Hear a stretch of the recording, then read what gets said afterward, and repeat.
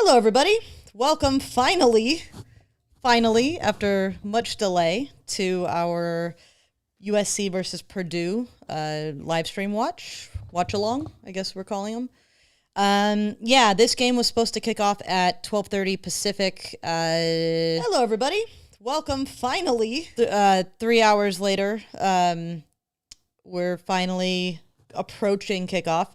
The broadcast says 10 minutes until kickoff, so we've got a little bit of time here, a little bit of time to watch what's going on with Tennessee and Georgia, actually. If anybody has that game up, that's what's currently on my main screen. The delay was for lightning. The lightning in the area triggers a 30-minute automatic delay, and every subsequent lightning strike resets that clock. So it just took a while for them to reset that clock. And then once the clock clears, then they have to do like a 20-minute warm up for the teams to get warmed back up. So obviously this game is kicking off a lot later than we thought it would, but worked out in Michael's favor because he thought he was going to have to be watching the Chelsea game and the USC game simultaneously, and did it work in my favor? I can't control what Chelsea does, but certainly you got to watch the Chelsea game without being interrupted by the USC game. Throw 2 points away at the end end of the game was not great. You got to watch it. I didn't say that you had fun watching it, but you did get to watch it. So got a Coley P goal and a Caicedo goal, which is good. Yeah. Can I request a increase in my volume? Ears or sound? Sound, like, because I can't hear you very loud. You can't hear me. Yeah, I can hear you. It's just a little bit low. All right, hold on. Can you? How's your sound of this? Let's go. I can hear that fine. So it's me. Yeah. Okay. Now, is this better? I'm talking like this. Is that better? That's better. We're good? Yeah. All right. Okay, yeah. Brian in the chat says, poor Chelsea. No. Poor Chelsea. I think Chelsea wins in a landslide. I don't know. I'm starting to feel like if USC wins today, then that's really bad news for Liverpool tomorrow. With transference, like it feels like this game just gets more and more like big in looming, in terms of the importance. So, I don't know. We'll see what happens with the Liverpool tomorrow. But thanks for everyone in the chat. Like we've had a pretty lively chat going, even though we don't have a game going. So shout out to Scurrian with the super chat. Do we have a super chat? Ding, Michael. Cheers.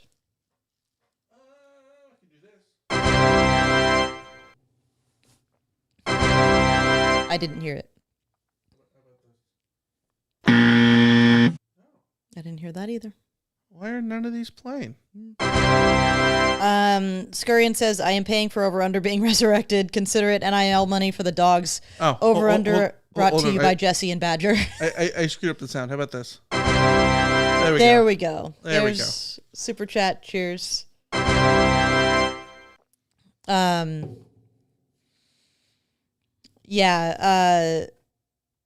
yeah, thank you, Scurrian, for the super chat. And hello to everybody in the chat. I believe that's our buddy Steve in the Bay Area. Is that Steve from the Bay Area? Oh, yeah. Thank you, Steve. Michael's much better about remembering like screen names and who they're attached to. With names, they go in one ear out the other. I'm a struggle bus, so that's just nobody take it personally. I don't even remember my own name half the time. So yeah, Logan in the chat says Missouri State would still beat UCLA. I mean, not wrong. I'm not. UCLA is. I didn't think UCLA was going to be great this year, but I certainly didn't think they'd be this bad. Like that, losing to New Mexico is bad. I don't know. I feel bad for Jake. I feel bad for our buddy Jake. But yeah, Missouri State had a pretty good first half against SMU. They've sort of lost it in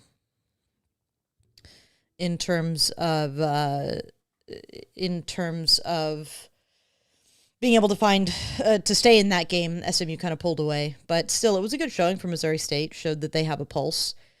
So, maybe helps USC's resume just a little bit. Although, so much of my observation my assumption about that Missouri State game will still highly depend on whatever USC does against Purdue. So, currently Georgia and Tennessee are in a little bit of a barn burner. Georgia's up 30-28. There's like 11 minutes left in that game. Let's talk about Zachariah Branch. Okay, yeah, we can call him Zach now, right? Like we don't need to. Well, they called him Zach on the broadcast. I want to say so. Okay. Yeah. 5 catches, 69 yards, and a touchdown. Yeah, he broke a 36-yard touch. Well, Tennessee just scored a wide open touchdown. He broke a long touchdown on like a bubble screen. That he, to me looked faster than I had seen him look in a year at USC. So good to see him, fully healthy and making plays. But he certainly wasn't doing that kind of thing with USC last year for whatever reason. I heard that Deuce Robinson was also having a good day. Although has Florida State even played? They might have just been referring to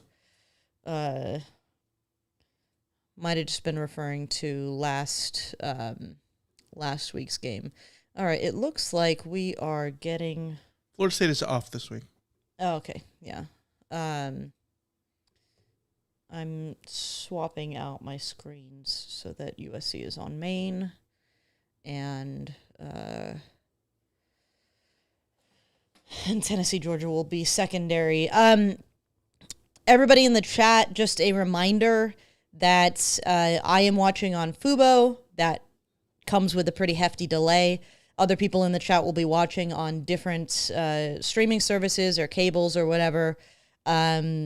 So the time that you see things happen in the game might not be the time that other people see happen in the game. It certainly won't be the time that I see it happening in the game because I'll probably be the last one to see it. So delay your reactions. Don't talk about things in the chat that have happened on the field until after it's clear that I have seen them. Not just like for my not getting spoiled, but also just for people in the chat in general to be able to watch the stream and not feel like they're going to get everything spoiled for them when people throw in like touchdown or interception or whatever. So, Chris asks, how about Max Verstappen getting his license for the 24-hour? Can we make this an F1 chat? I hadn't seen that Max got his license for, I guess we're talking about Le Mans. That's pretty cool. He's proved he's the best driver in the world as far as I'm concerned. Red Bull's probably not that fun to be driving for right now. So, yeah, I wouldn't be surprised to see him branch out and try different things and just have some fun. We've got Hawaiian Happy 808 says, my godfather played with Marcus Allen and Ronnie Lott for USC way back in the day. Who was your godfather? I don't know if I know them like specifically, You're but gonna have our chat people dox their themselves. family? Yeah, Wow. It was his godfather. It's not a literal relative. It's just somebody they knew. Coming up on kickoff, so you might want to mention when the ball is kicked. So people can... Yes, I will say when the ball is kicked, so everyone knows when the ball is kicked, and then before plays, I'll try to say how much time is on the play clock so that you can sort of either pause your stream or just be oriented to how far behind I am from you. Hawaiian Happy says Mike Garrett Mike Garrett's your godfather? Way to bury the lead, bro. Yeah, Mike Garrett's definitely a name I know. Never heard of him. Never heard of him. Yeah. Yeah, it's pretty cool. Godfather. That's Oh, Chris was talking about the Nürburgring 24-hour. Okay, that's cool. That's cool. 24-hour races are wild to me. Like just a wild concept if you think about it. All right, the teams are lining up. I had seen, this was before the delay, so I don't know how up to date this is, but that Alani Noah was running with the first team at right guard, and then Marcellus Williams looked like he might be getting a start. So we're going to keep an eye out for who the starters are in those spots. We know that Zacharias Williams, my guy, is out with injury, along with the usual suspects, Prince Strawn and Caden Chittenden. Trying to remember, and Prophet Brown. I'm trying to remember if Brian Jackson was listed on that tweet that I saw.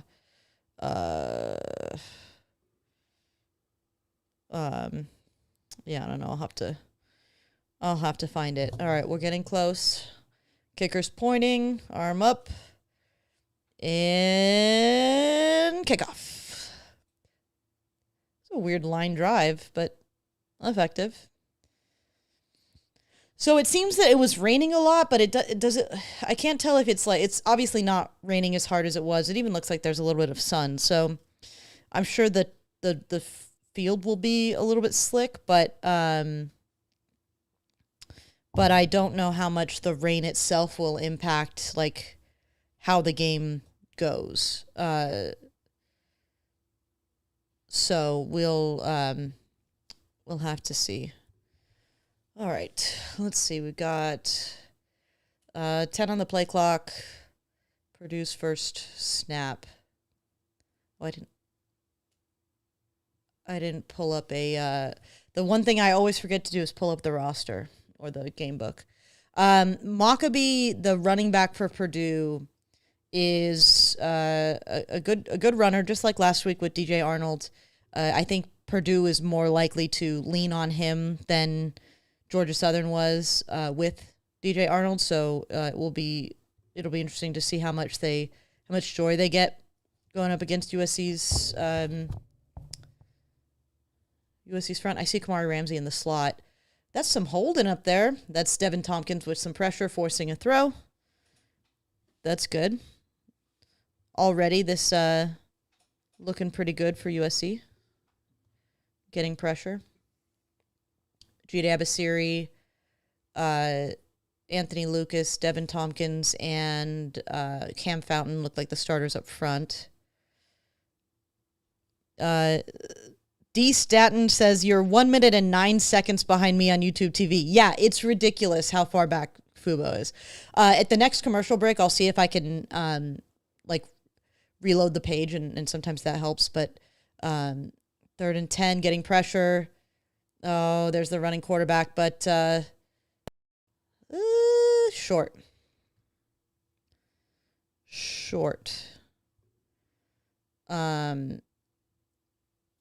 They definitely marked him short, but yeah, let's see where he was.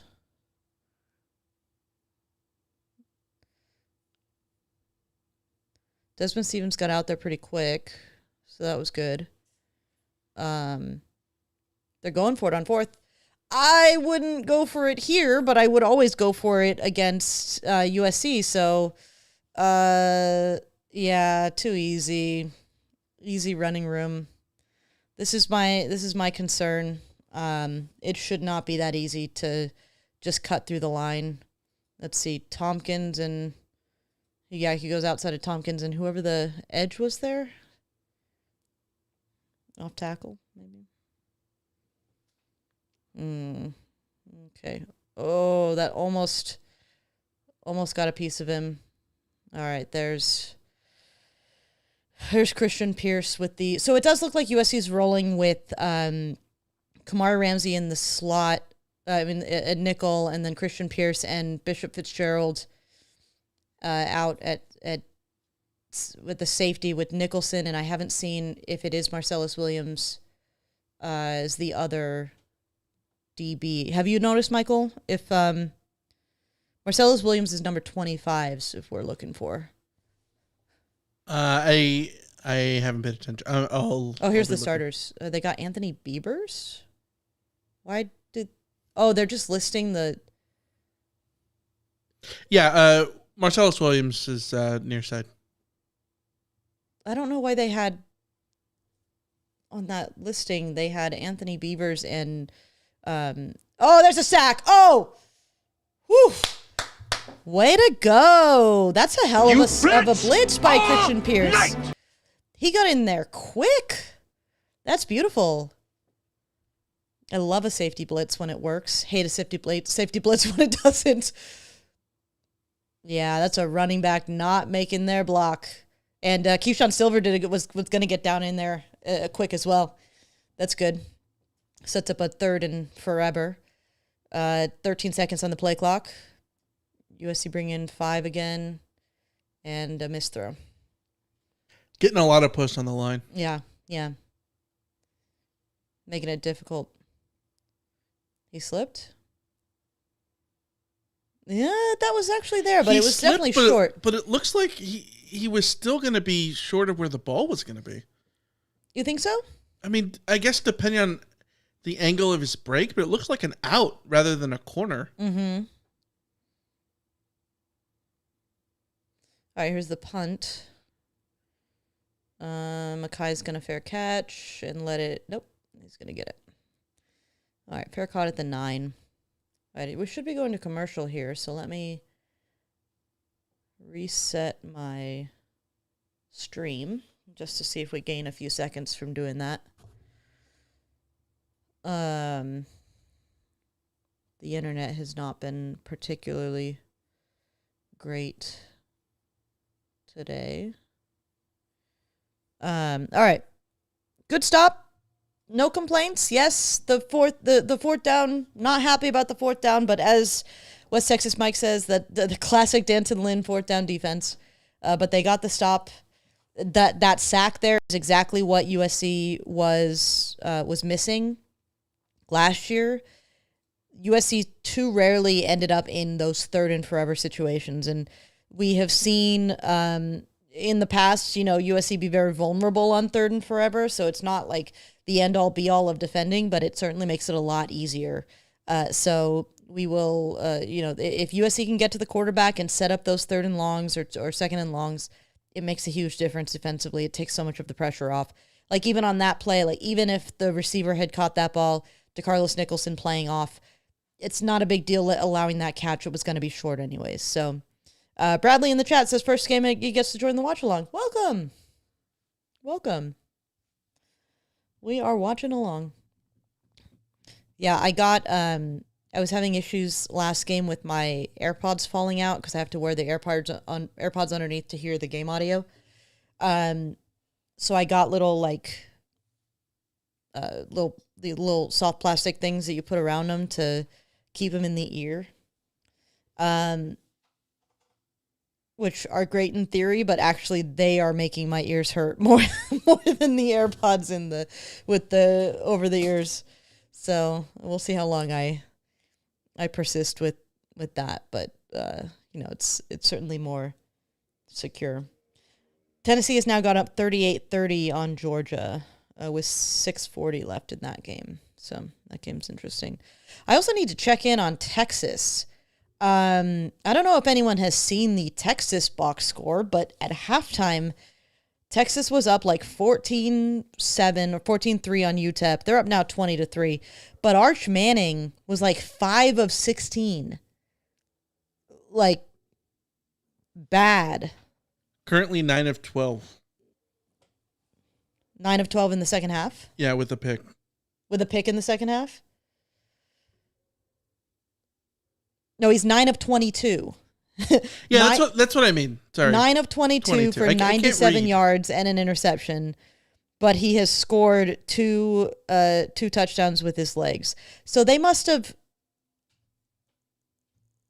they settled for field goals in the second half? All right, USC's about to kick off. 22 seconds on the play clock. That's Walker Lyons out there already. Handoff to Waymo. Let's see, I see 73. It was definitely a 2 tight end set. 67's out there. So we've got Killian O'Connor at center, Alani Noah at right guard, Tobias Raymond at left guard. Who's that out of? Yeah, just handoff for very little to Jordan. Justin Taunu'u out on the right, and then I'm gonna assume it's Elijah Page on the left, although I haven't seen 72 specifically. All right, 3rd and 6 for USC, 30 on the play clock. They're rushing 3. Mayava's going deep, and he's got Jacoby Lane. Beautiful, yes, that is a hell of a throw. Jacoby getting free, getting room for that to even come about. Does he make a move here? Yeah, it's a nice little move. Sluggo. Yep. Yeah, and then he just outpaces the dude. That's a great throw over the top.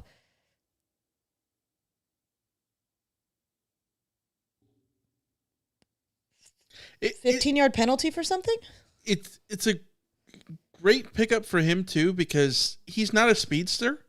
Mm-hmm. I think if someone who's like Zachariah Branch scores on that play, but I don't know that Zachariah Branch makes the cut on the sluggo like that. You know what I mean? Yeah.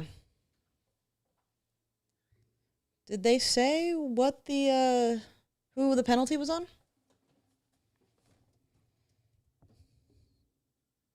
It was pass interference. Well, it was after the play. 1st and 10, 12 on the play clock. Oh, sideline interference. Sorry. Oh. Sorry, and I think I just spoiled the next point RPO. for you. You can run here, bro. Oh, he missed the. Oh, no. That's PI. Oh, Michael. He tried. That doesn't count, right? But he tried. He did try. Yeah. I did not like that throw at all. That's Mayava throwing off his back foot. That's asking to be picked. It only works because Jacoby Lane is. I mean, he had wide open too.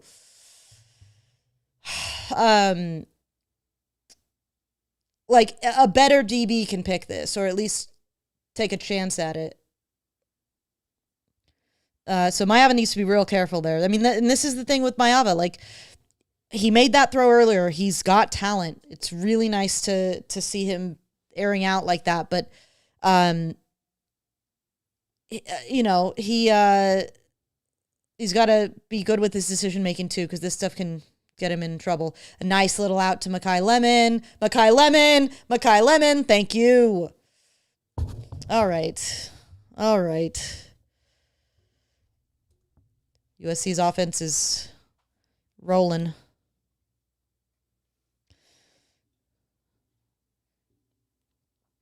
I love the orbit swing so much. It's great. And I mean, I'm gonna give credit to Mayava. That's thrown so perfectly. The orbit screens work a lot better if you put the ball in a spot where the receiver can just keep running with it. There is skill in those simple plays. Got a handoff to Waymo. Oh, yeah, I couldn't. That looked like a read option. Ilium in the chat says Miles Slusher is quality. Yeah. What a name. But yeah, he got in there quick. His mother's a slusher. His father's a slusher. It's a Seinfeld reference. 2nd and goal, 15 on the play clock. Let's see, they're going. That's Tinook Hines again as the third receiver. Mayava picks up a few yards. I like that. I like him being willing to just go and pick up the 3-4 yards if they're there.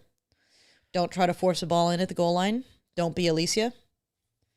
Not only that, but I liked his patience here. Mm-hmm. Keeping the defense honest by respecting the pass the whole time. Yeah. 3rd and goal, 16 on the play clock. Not a.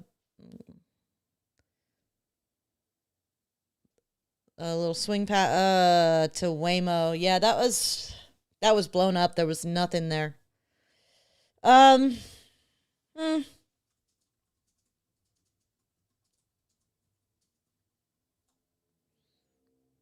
Not great blocking downfield by Mekhi Lemon either. You really need your blockers on the outside to hit their blocks in order to make this work. But also there were two guys coming through. I don't know if this was happening even if Mekhi hits that. So USC settles for a field goal. This is kind of what I expected in the sense of it would be expected for USC to come into this game, clearly have a talent advantage, but still be just a little bit too sloppy to like roll through with touchdowns on every drive. Gil says horrible play calling. I'm not enamored with that last play. I mean, obviously, if it works, we're talking different. But yeah, I agree with Tim. I was hoping for more power runs in the red zone. Again, we've established that I think that it's clear that USC has a talent advantage here in this game. It would be nice to see USC just say, put it between the tackles and see what happens. But, credit also to Purdue for making the plays. But yeah, I don't like settling for a field goal there. I do not like it. Settling for field goals is sort of how you allow a team like Purdue to get into the game. But none of that matters if USC's defense comes out and replicates what they had on the first drive. So, we'll see.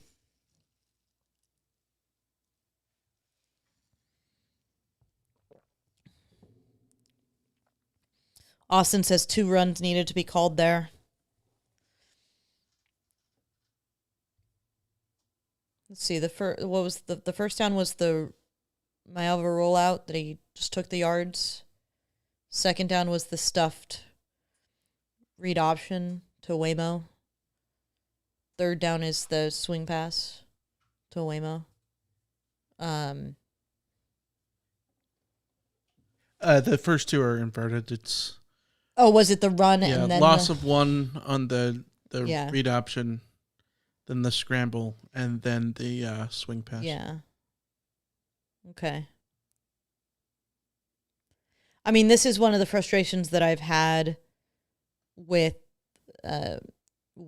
Riley is like he does that thing too where if a run play gets stuffed, like, well, that's the last time we run for a little while. I don't know if I can accuse him specifically on that drive because, I'm not opposed to that second play. I'm not opposed to throwing at the goal line, but Cesare, only in hindsight were 2 runs the right call. I mean, yeah, if USC tries to run it up the middle 3 times, it gets stuffed 3 times, then we're talking about how uncreative USC is, and, it's all play calling is all results based judgment in general. Like there are some things that I think you can get mad about in terms of run pass splits and creativity and all that kind of stuff, but I think also a lot of times it's just did it work? No, then it was bad play call. All right, USC's about to kick off. There's the kick. Roger says Riley better not abandon the run. Cross your fingers. I don't really think there's any signs of that now, right? Like they were still a swing pass is essentially an extended handoff, even on third down. If anything, I think they were too cautious or too conservative there at the end. Yeah, I would agree.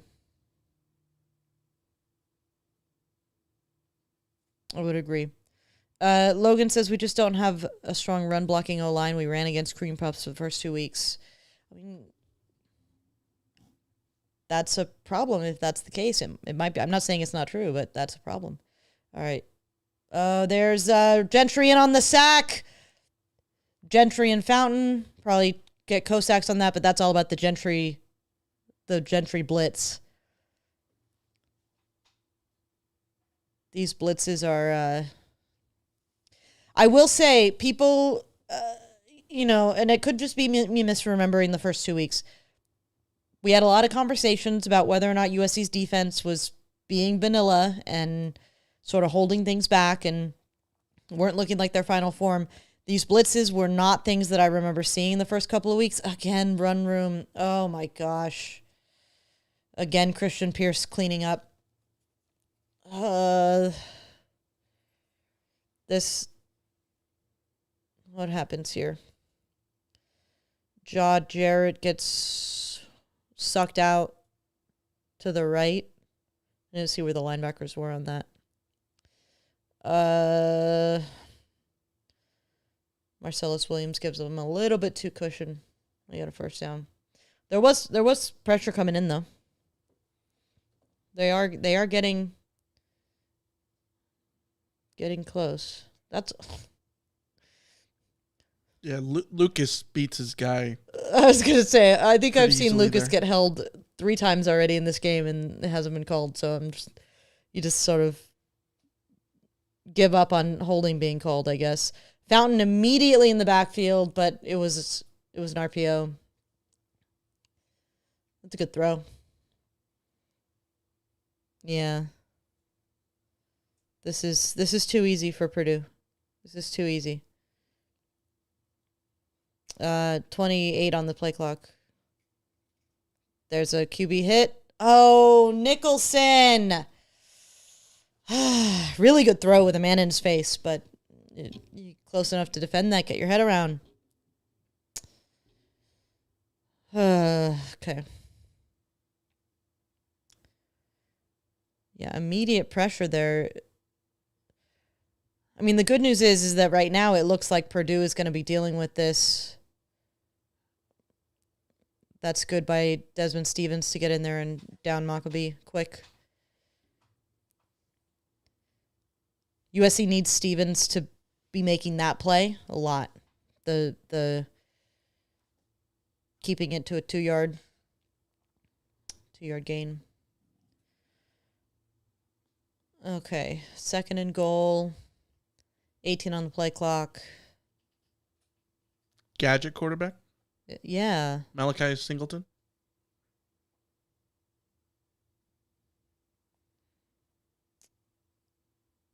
It's just going to be a run up the middle. And that's early to see. That's Jaden Walker, right? Yeah. I did not expect to see Jaden Walker this early. Good tackle. Didn't like how much room there was for him, but good tackle. Again, the ills of the defensive line, you got to fix those up. You got to clean that up, but good linebacker play can be the key. So 10 seconds on the play clock. 3rd and goal. Oh, interception! Bishop Fitzgerald again! He almost, I wasn't quite sure that he'd actually caught it because of the way that he was bobbling it and, let up. Also, they could have called a late hit on that, but I was wondering about illegal pass here. So I guess line of scrimmage at the 3 or 4? Line of scrimmage is at the 3. Where does he throw this? Good pressure and good. Oh, no, he's Ramsey. clearly behind. Kamar Ramsey does a really good job of. Oh, that's so good, Bishop. That's so good. Great job to get down too. Yeah, great discipline by Ramsey to get in front. It is Kamar Ramsey, so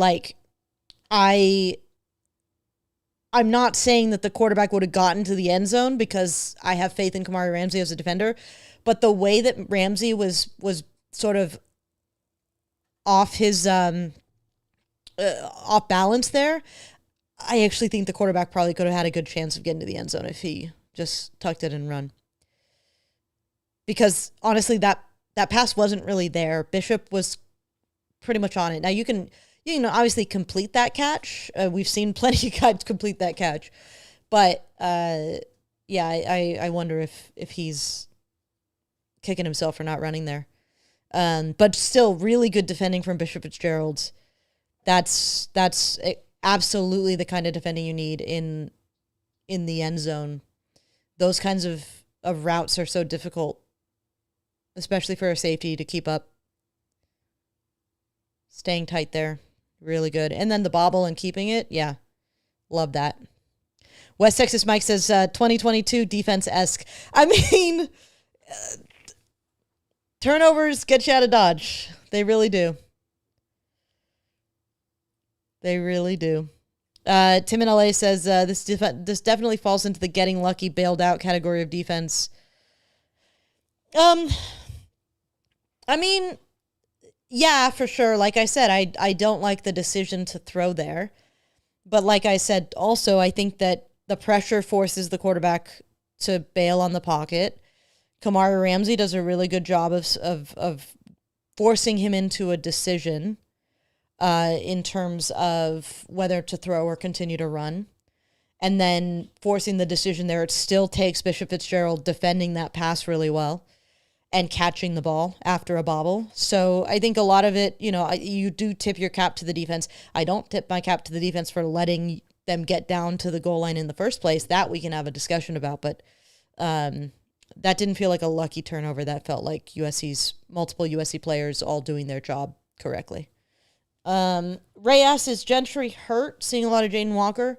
Oh no, shut up. Did he get a little jersey? Not even a little bit. Not even a little bit. Oh, I should just mute this broadcast team. They're the worst. Handoff. That is egregious to say. To say that was a little bit of... No, I freaking love Nestler and Danielson. I think they're so good. They are very good. No. I know a lot of people don't like Gary D. I like him. Yeah. Yeah. All right, 2nd and 8. Handoff. Ooh, Waymo got caught. That's a good play. Why is the defender in the backfield? Is my question for the blockers in USC's team. But 3rd and 10, 22 on the play clock. D. Staten says Gentry is getting his shoulder looked at. I will be willing to go look on Twitter when we get to a timeout or a commercial break. Instant pressure. What is... Oh, Chinook! Oh, Chinook! Sir, that's... Wow. Wow. That's a bailout. What a catch. Does he keep it? Yeah, he gets his hand under that. Wow. What a catch. I need to see this replay from the for what happened with the offensive line there. It's like they were running a screen, but not running a screen. Like, Mile probably shouldn't make that throw. Again, just like throwing it up. Here we go with Eli Sanders. Nice little run there.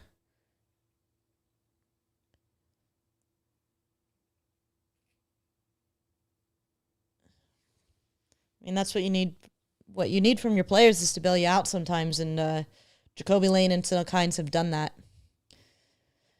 Fake handoff, nice little sidearm to Mackay, and Mackay is going. Mackay is so good. Great play design, too. Yeah, love that. See, this is the angle I wanted to see from the other one.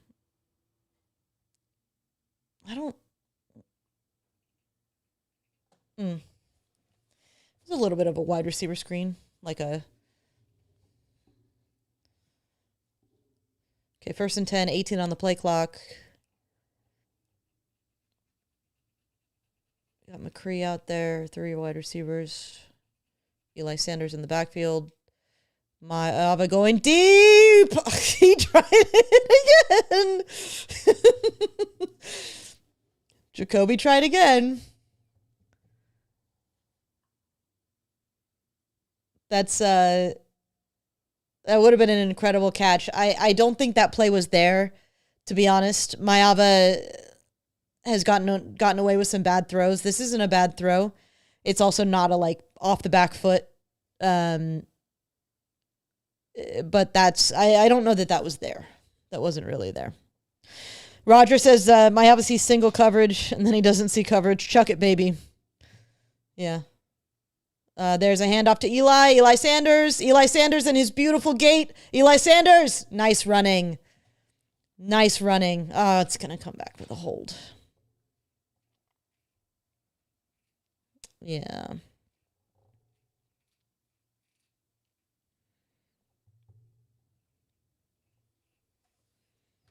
Yeah, Jacoby Lane holding.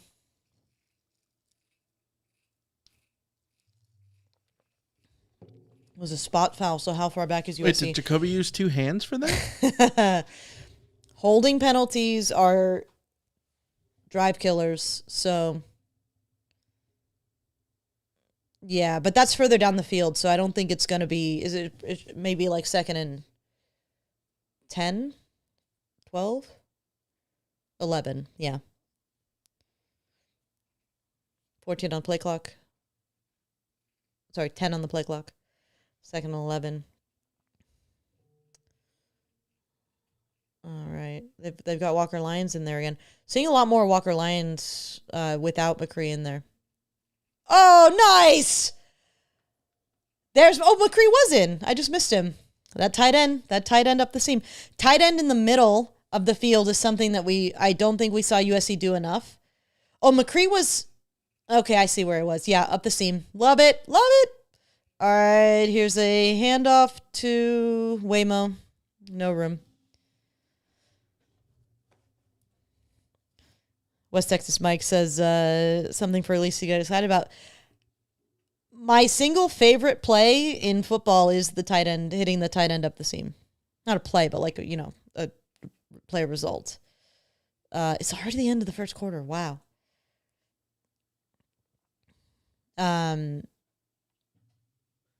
Lamont says if the receivers don't get you, the tight ends will. Yeah. I thought the pass from Mayava was really damn good too. Yes. Linebacker is jumping up to put his hand up. You've got the safety bearing down on him and sort of put it right in that little envelope. Mm-hmm. Mayava, we just got a text from a friend. Mayava looks good. Yeah, and Mayava is throwing the ball really well.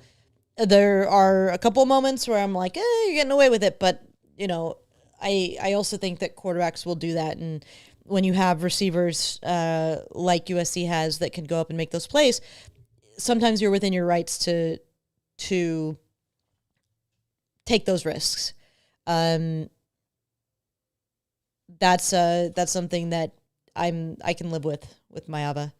Just want to pop in here with some first quarter stats. Uh-huh. Trojans gained 171 total yards, averaging 10.7 yards per play. Mayava 6 of 7, buck 47. Wayman Jordan, struggle bus, 6 carries, 4 yards.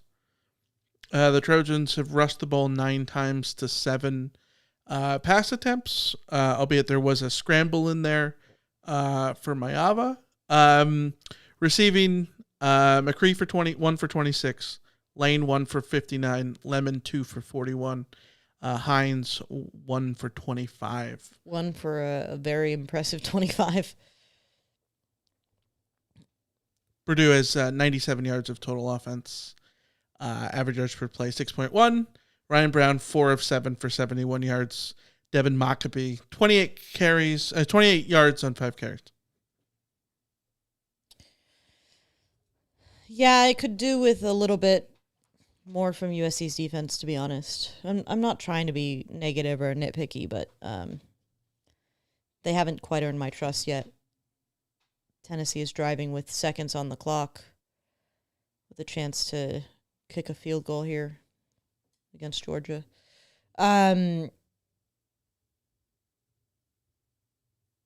Austin says Jordan is playing in gravy boots. I don't think I've heard that saying before, but I love it. I think the run game, obviously Eli Sanders got a couple in there with some pop, but by and large, USC needs to be able to open up some holes here, and Purdue is certainly not the most formidable defensive front that they're going to face this year. So, you'd just like to see a little bit more there. And there have been a couple moments in I'm bummed we haven't gotten necessarily a replay, but on some of those. But there have been some plays where guys have gotten through real quick, swinging door routine, and some of them may be maybe like purposeful screens letting them through, but I don't know. Logan says we really miss Emmanuel Pregnon. Yeah. Pregnon would have been really helpful. Second and goal. Handoff. No, hold. Yep, keeper. Mayava touchdown. Those read option keepers at the goal line have to be bread and butter stuff for USC. Keeps a defense honest. Mayava with the score. USC, pretty easy touchdown here. Walker Line.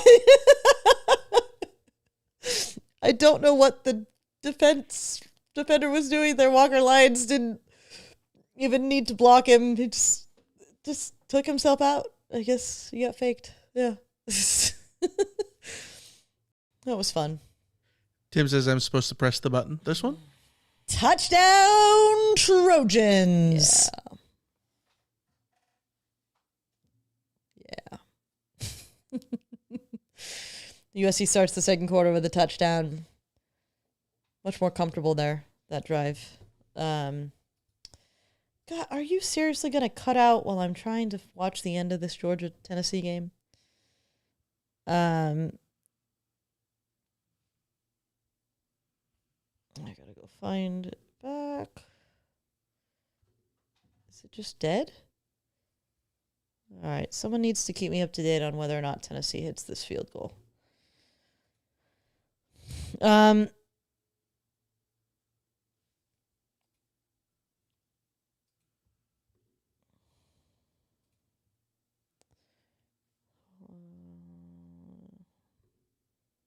gonna have to log in to watch this. Yeah, I'm gonna have to log in. It's annoying. All right. I've got the game cast up at least.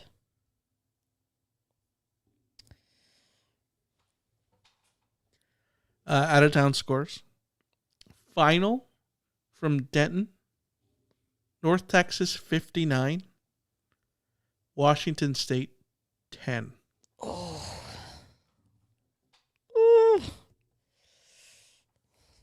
Oh man. Second quarter in Lubbock, Texas Tech 28. Oregon State nothing. That game also got delayed, I think because of lightning. I feel bad for the old Pac-12.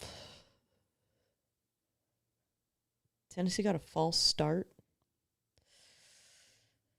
D. Staten says if Jaden never keeps the ball, then DEs are free to crash hard on every play. Yeah, that's why you got to keep him honest.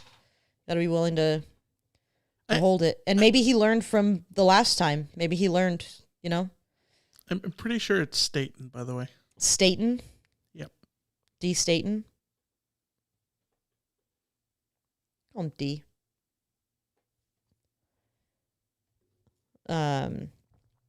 Irvine Cattle Ranch with the super chat. Cheers for touchdown Trojans.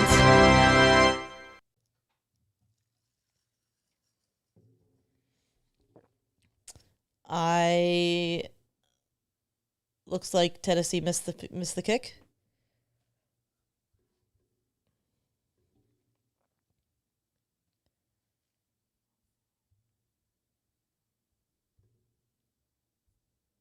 it's not loading in here.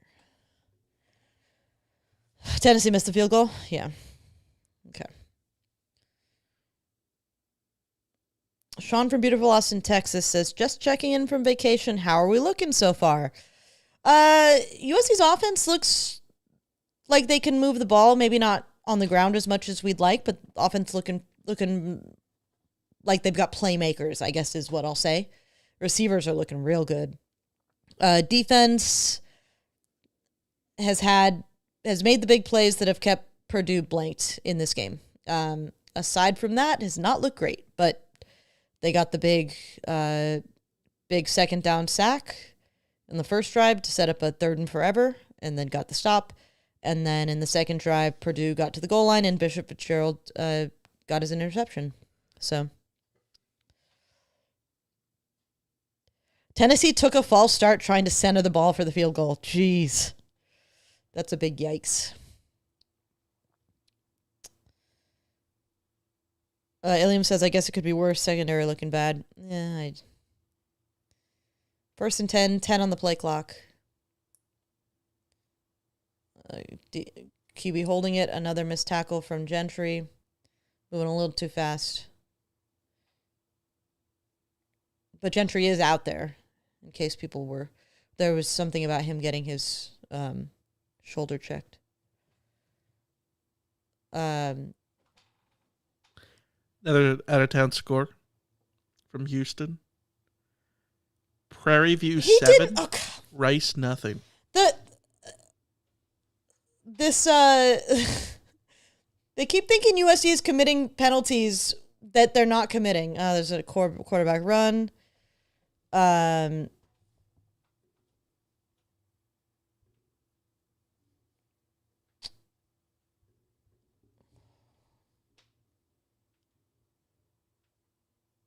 Yeah, Tim says, not just that could have been a face mask. That was a lot of jersey grab comments. I don't really like this crew.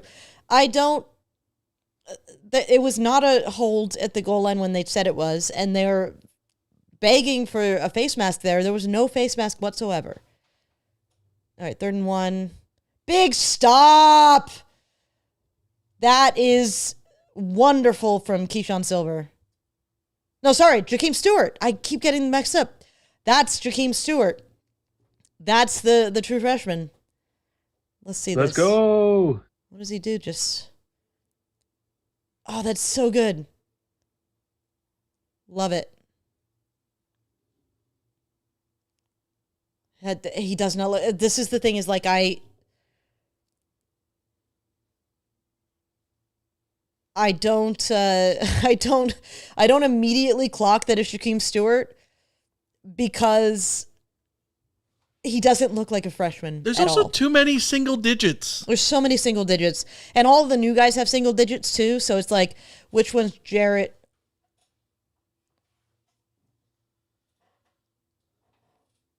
What?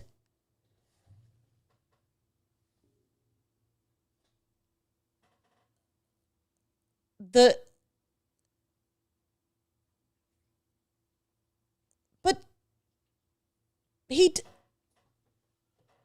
they leap under him. They crash under him.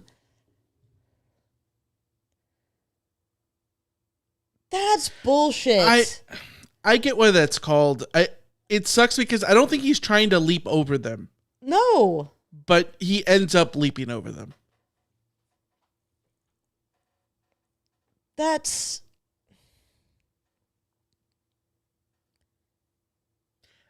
Who is that? What does that penalty exist for? Because of the guys who would run and try to jump over the field goal block team. Oh, more pressure. Way to force a bad throw.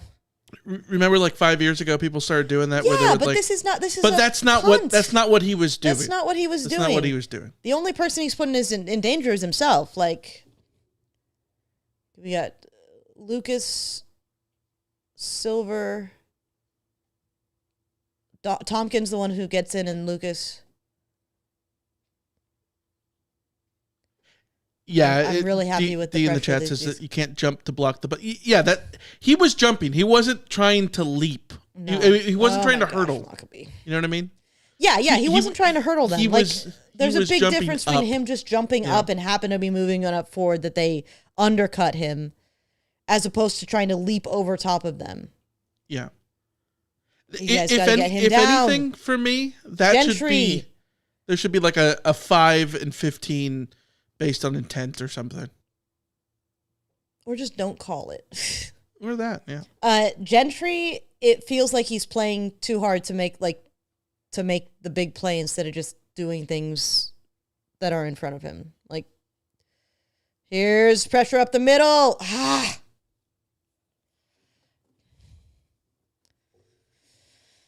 That's Conley on the tackle. He's out there. I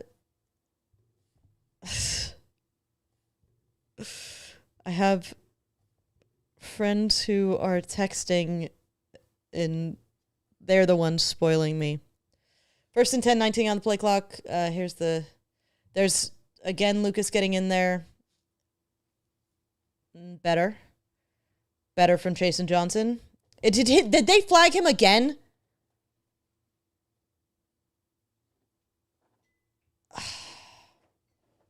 Personal foul, defensive hand to the face. Tompkins.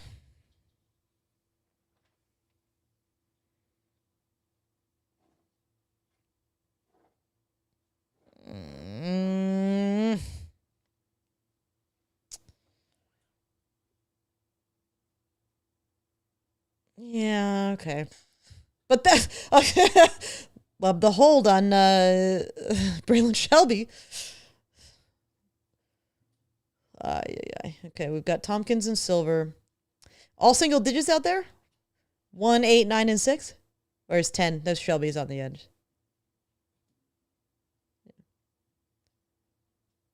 Another one where he just drags a guy. Oh, this is Thomas, not Lockerbie. Yeah, Tim, funny thing is if his hops were worse, it wouldn't be a penalty. Yeah. If he couldn't jump so high, it would have been a nothing. Okay. 2nd and 5. There's the snap.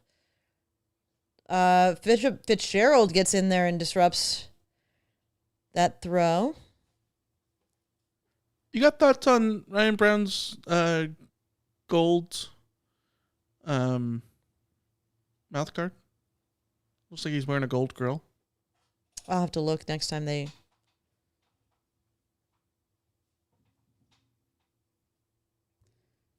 Can you not rename tabs on... Pin it so it goes smaller. Anymore? Perfect. Thank you. 3rd and 5 in the play clock. They are going to have to get this off. Quick. Oh, there we go. Gentry on the blitz. Hits him as he throws. Big stop. 4th and 5.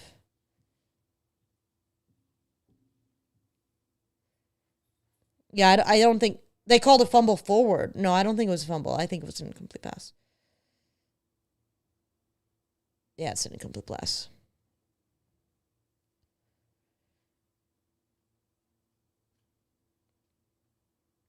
Fountain is, I mean, even, I think the thing that is, yeah, it's a pass attempt. The thing that is heartening me about the defensive front is that it looks like they're winning physically, at least in the pass rush.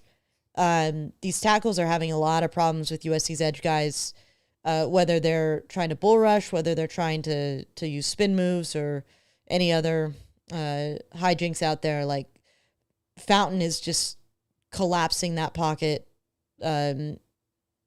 Lucas is collapsing that pocket. Some sort of timeout.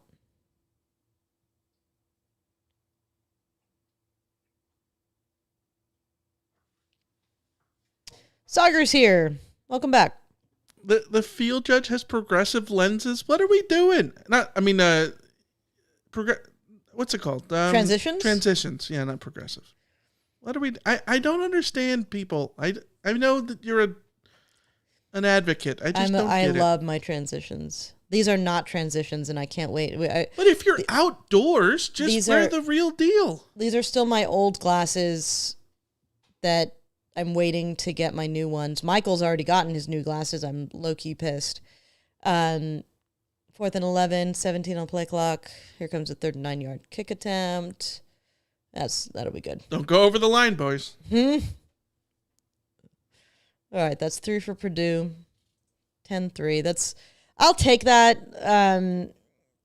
The penalties, you got to clean those up, but I just need to see USC be able to get off the field, and they did.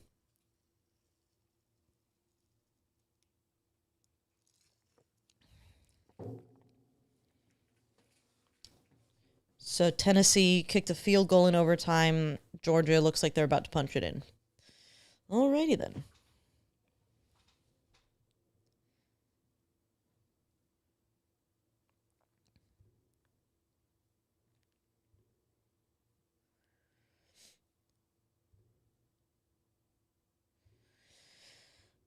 All right. I would like to see USC's offense go out there and see if they can run the ball a little bit.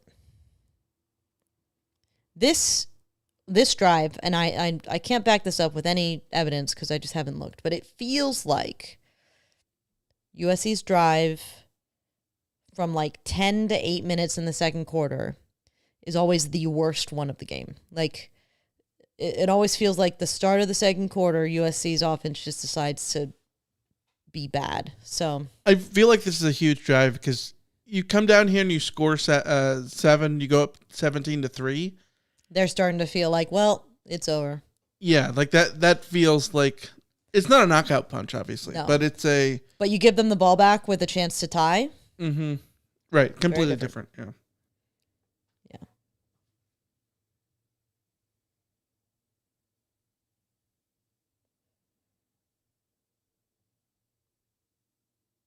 This Taco Bell commercial is making me hungry.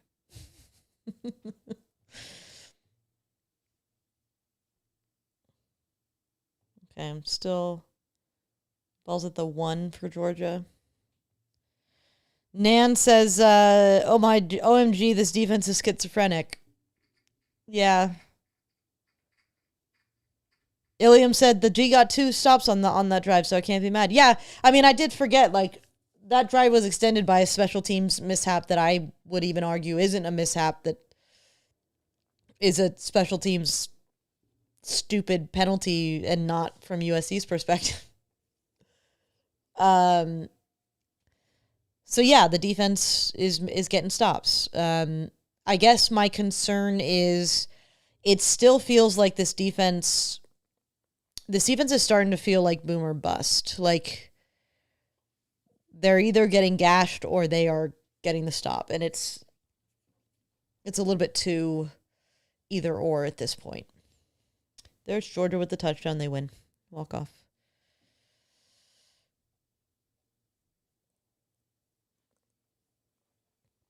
Jim says, I don't think this defensive effort will get us ranked this week or into the playoff later if they don't improve.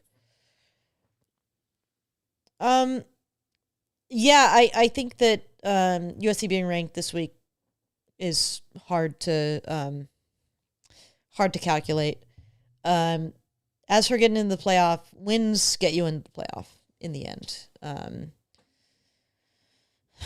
If this defense can get sacks and create turnovers, I think that and the offense starts to look more like a true Lincoln Riley offense, then I think USC will win a lot of games. Look at Badger. Look at Badger's face. His ear. Here we go. 4 on the play clock.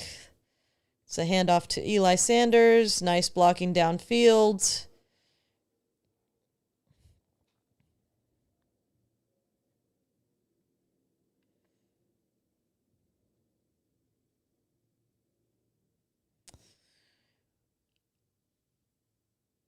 Sagar asks who got the ball first.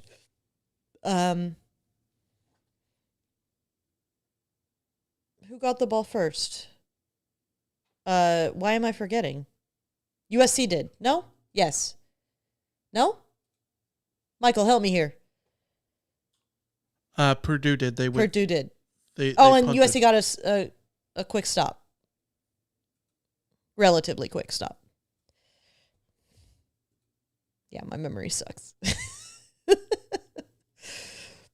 18 on the play clock, 1st and 10. That was a nice catch by Jacoby that we completely just rolled over.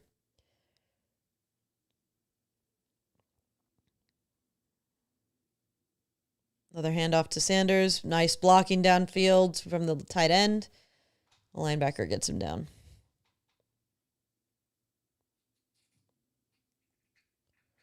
Running the ball better this drive. Josie says, Wajo looks lethargic. Yeah, I don't know. I like Wajo. If Waymo wasn't so good. A company that we just know of, yeah, Wajo sounds cool. Yeah. Mayava keeps. Ooh, McCree getting manhandled. Ooh. Yeah, not great. What is he even looking at there? Well, I think he was looking at not realizing that McCree was getting manhandled and. Yeah, but he throws to Lemon.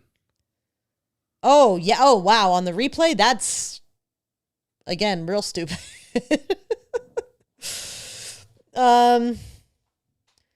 Maybe he pressed the wrong button. 3rd and 5, 11 on the play clock.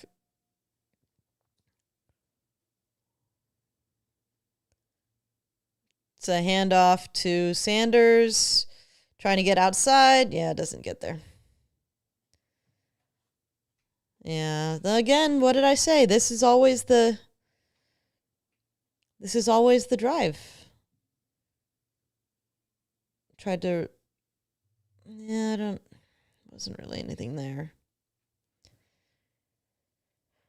It's like 8 minutes on the clock.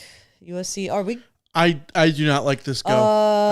This is a bad go. If you don't get this, it's a real bad go. Results oriented. 10 on the play clock. Are they just going to try and draw him offside? Forcing a timeout? Yeah. You don't get this. They're at midfield with the chance to tie the game, and they feel really good about themselves. Anna asks if we could say where they are on the field. Yeah, I can do that. Going to commercial, so we'll come back. Brian says Mayava doesn't actually read the play. Is that him or Riley? I mean, in the end, it's the quarterback. The coaches will try to set up quarterbacks to succeed, and good coaches will figure out how to teach their quarterbacks to read, but also at some point you have to put it at the feet of the quarterback. Sometimes the quarterbacks are just, no matter how much you teach them, sometimes quarterbacks just make mistakes. Sometimes they just see ghosts, as Sam Darnold does. You could have the best quarterback coach in the country in the history of football, and you could still have a quarterback that just makes mistakes because they just don't read the play right. 4th and 4 at the 50-ish, 49-ish.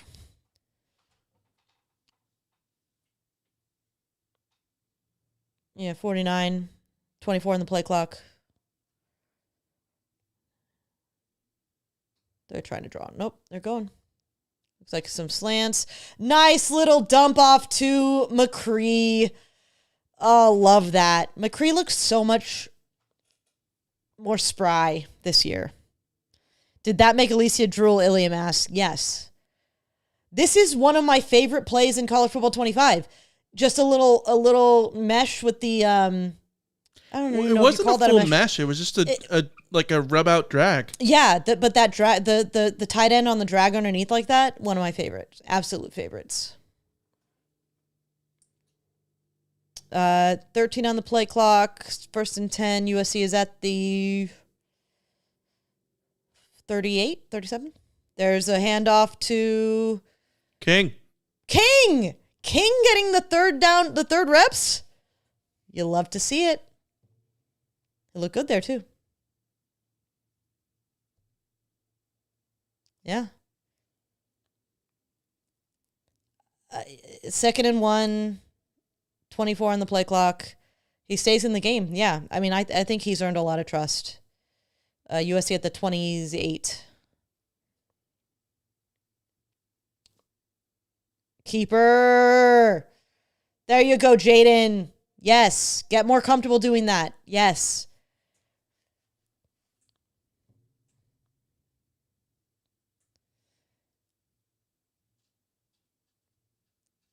Yes. The end just got completely sucked in, and there goes Mayava. There's good design on the counter with lions out in front. Mm-hmm.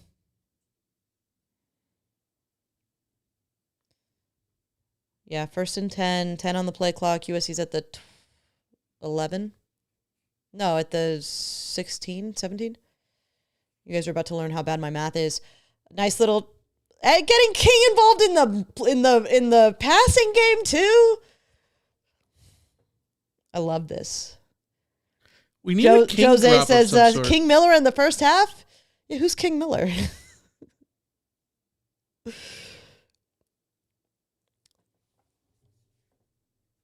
Second and 3, 22 on the play clock. Iliam says, honestly, King is pretty good looking walk on. Yeah, I mean, if I didn't know he was a walk on, I wouldn't guess that he was a walk on. USC's at the 10. Second and 3, 4 on the play clock. Motion, yeah. You got to start that motion way faster. It's going to be a false start. LJ says, I'm a math teacher. I can teach you how to math if you need help. Like quarterback coaches trying to teach their quarterbacks to read defenses, many have tried to teach my brain how to math. Few have succeeded. Have you seen the thing how different civilizations count on their fingers differently? Yes. Like some count knuckles, which is interesting. Yeah. Well, and there's like base 12, base 8, like USC at the 15, 7 seconds on the play clock. Handoff to King, who fights for a yard. Yeah, it's a tough yard. Eric asks, where is Waymond? I mean, it's entirely this would be around the time that I would expect the third running back to get a drive. But it has been a while since we've seen Waymond. I think it's performance based. I mean, he wasn't really looking confident out there. I hope it's not an injury. 3rd and 7 from the 14. Quick pass to Mackay. He's short, but that's a really good catch.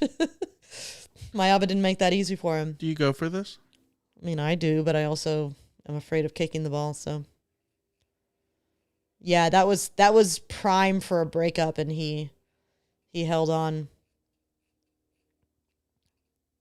I mean, I suppose my question is, if you can't get a 4th and 1 against Purdue, like, oh, there's Waymond, just as we were talking about. Like, you have to at some point prove that you can get a 4th and 1. 10 seconds on the play clock. And keeper Mayava. Yes. He is looking so much more confident with that. I think this is the most confident I've seen him being willing to just take it and go. And put his shoulder down and gets the yardage. Love that. 1st and goal, 22 on the play clock. Iliam says Mayava playing tough. Yeah. West Texas Mike, does Mayava kind of look like a runner now? Yeah, he looks more comfortable running. Last year, he just looked so uncomfortable. USC's at the 6. 7 seconds, play clock. Waymond's still in there. Hand off to Waymond. Much better cut. There's a touchdown, Waymond. He heard y'all talking. Waymond heard us talking about how he didn't look good in the first quarter. Now we hadn't seen him and maybe he'd gotten benched. And then he said, nope, bench this. Good block by Walker Lyons. He's It's good to see Wayman look good. I like life is better when Wayman looks good. That's big. That was a big 4th down conversion and big to get the touchdown. This is the middle 8 that USC too often struggles in. And touchdown Trojans. There's Irvine Cattle Ranch with another super chat for the touchdown Trojans. I wonder, they've been spamming the read option so much. They read it 4 or 5 times on that drive. Yeah. And not all of them were keepers, right? And so I think that it's keeping Purdue honest to the point where it's going to open up more running lanes in the middle of the field, as you saw on the touchdown, right? Yeah, absolutely. They have to account for the keep. This is why the Miller Moss experiment really didn't suit this offense. Riley's has always had somebody who can run, and the fact is that his offense is more dangerous when the defense has to account for a running quarterback. Those read options are so annoying to deal with as a defense. USC fans know that as well as anybody. Yeah, there's talk. Lamont says the stream is so behind. Yeah, I'm starting to during commercial breaks, I'm starting to reset it, refresh it, to hope that keeps us from getting too far behind. But yeah, it's the stream that I'm watching, and also just the stream on YouTube that's putting it behind. West Texas Mike says, is the Rand and Troy podcast going to get t-shirts made that say bench this? Yeah, we need bench this. We need Who's King Miller. Can't sell the Who's King Miller ones, but yeah.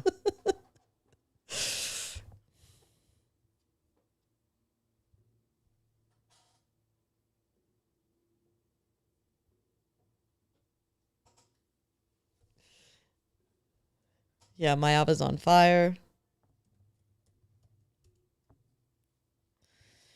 Ilium finds the delay relaxing. I like that.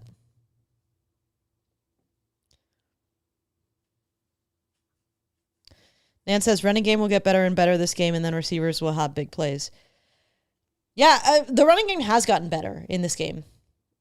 Whether it was switching to Eli and then King before letting Waymo cap that off, I don't know if it was the running back change, doing more read options, Mayava being willing to keep that read option.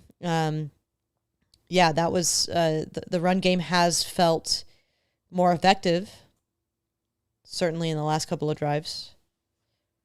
Jake says we got to drop 40 on the Boilers, no mercy. I mean, my opinion is USC should be looking to score 40 on everybody, so yeah. For me, it's not a question of does USC score 40, it's does the defense hold them to 20. All right, USC is about to kick off.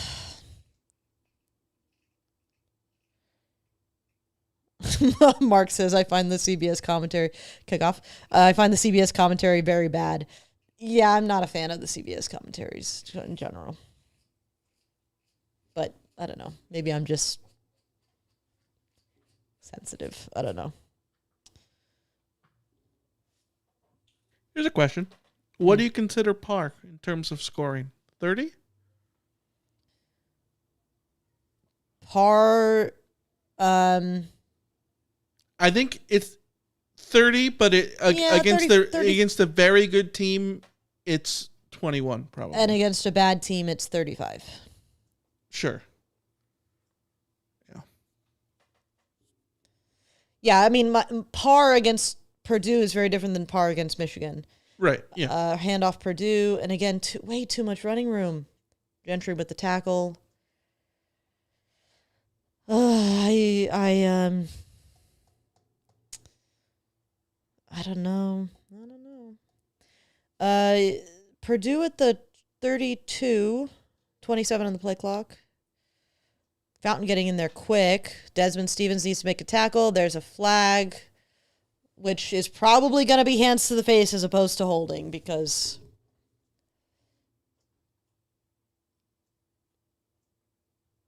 holding, they called it.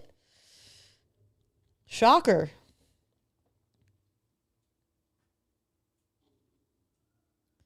Yeah, Saints World says Mayaba's showing he can run is opening the offense to more, forcing defenses to account for the QB option, making SC more dangerous. Yeah, in general.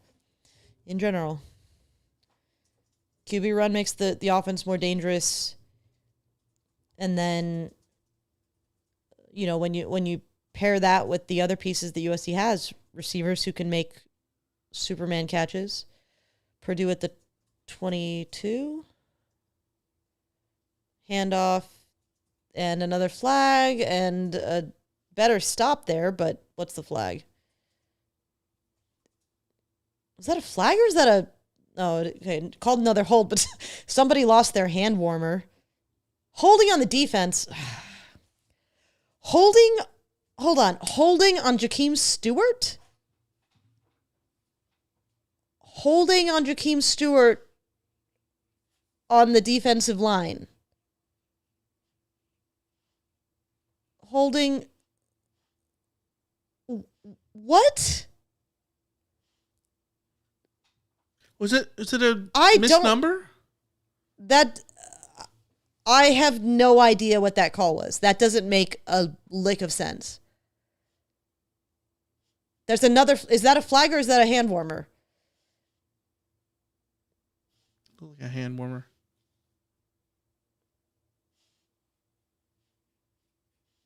I still can't get over that flag. Stewart looks so quick, man. He's so quick. Oh, Jesus. Bishop, I mean, did a decent job of trying to get that open field tackle, but yeah.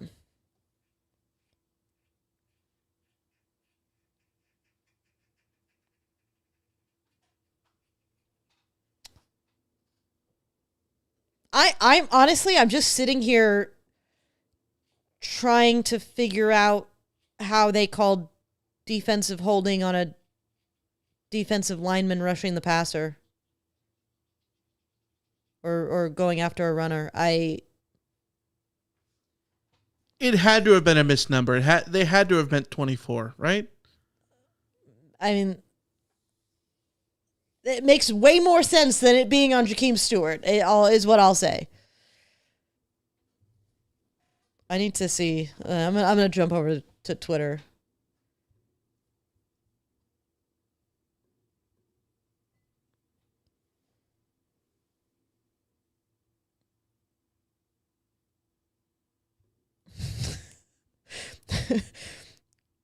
Ryan Abraham points out that USC has 6 penalties for 70 yards so far in the first half.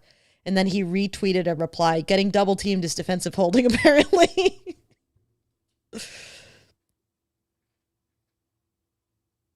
Yeah, no one seems to be speculating about why.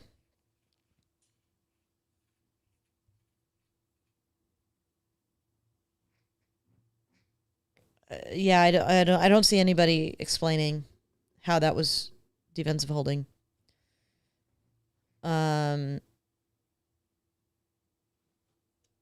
Whatever. Yeah, Eric says really need Desmond to start playing a bit more stout. Arm tackles aren't going to cut it. Yeah, I mean, just popped over to Twitter, and the first tweet I saw was Shotgun talking about the Trojans trying too many shoulder pops versus wrap-ups, and yeah. Yeah, I would agree with that. I realized I never sent a tweet about this stream. Maybe I will do that now. As halftime comes. Maybe save it for after the half? Yeah, I think I'll save it for after the half. Paul K says Desmond is not playing as good as Walker. I think the issue really is, like, Desmond is better sort of dropping back in coverage. But he's not as good of he's not as big as Walker. He's not as good of a tackler as Walker. He's not as strong as Walker. And USC already has like one oddly skinny linebacker. Not saying Desmond Stevens is skinny, but like there's just a difference when you see 31 on the field in terms of size. 2nd and 2, Purdue is at the 47. No, 42. Backwards. It's another little pop out. And Marcellus Williams with a good tackle, but they get the first. D. Williams says they've given up 3 points and all I see is crying here. I mean, yeah, they've given up 3 points. I think that's ultimately good.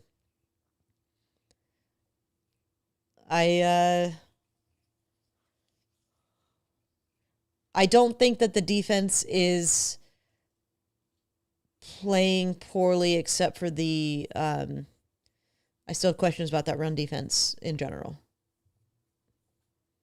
What I do like is what I'm seeing from the pass rush. They're making life real hard for this quarterback, which always makes defending much easier. But yeah, I still think there are questions to be answered about this defense. I think if you don't think there's questions to be had about this defense, I don't know what you're watching. They're trying to screen. Oh, great. Gentry. Perfect. Gentry. That is the other thing about this defense all season. All season that this defense has done a really good job of recognizing screens and not getting sucked in on them. And that is something that is so different from past seasons because those would always just absolutely gut USC because USC was so aggressive and teams would try to take advantage of USC's aggression. They are, as a whole, this defense is doing a much better job of like stopping and thinking like, why am I getting through so easily? Yeah, Nick says the entire D-line played that screen well. Yes, yeah. I mean, I was watching Devin Tompkins, and you could literally see the processing in his head the moment he was like, wait, I need to go, going over there. So, yeah, I love that. And that's the thing is there's things to really like about this defense. I think there's players to really like about this defense. And I'll say, like, Jakeem Stewart, dude looks like a game wrecker already. He's a freshman. I think they're going to have to use him wisely in terms of getting him to be an asset to the run defense. But just he looks like a beast out there. And one of my favorite plays from him in this game so far has been, a play where the run, I don't remember if it was run or a pass through, but like he was running back to go make the tackle. Whether he got credited with the tackle or not, I don't know, but like he was back there chasing. Dude that big, that fast, and showing that kind of engine and willingness to go out there and, work, that's good to see. Yeah. JWS says if the linebackers can improve and the penalties as well, the defense would be great. I mean, yeah, the penalties are a problem. How many of these penalties have been penalties that I think are things that USC can fix?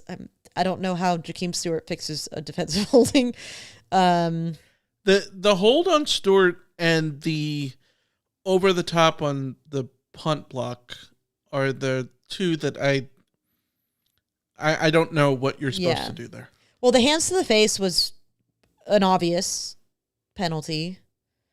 Yeah, those happen. Yeah. There was a defense. Was there another defensive holding? I don't remember. Reminder to everybody in the chat to wait to react to things that are happening on the field until everybody's stream, specifically my stream, is caught up. We have not the play clock is at 20. This is how far behind we are, apparently. Unless we're way, way, way behind and people are referring to something else that happened earlier. I don't know. 10 on the play clock. Purdue at the 44. And there's a sack. That's Floyd. Floyd Boucard, right?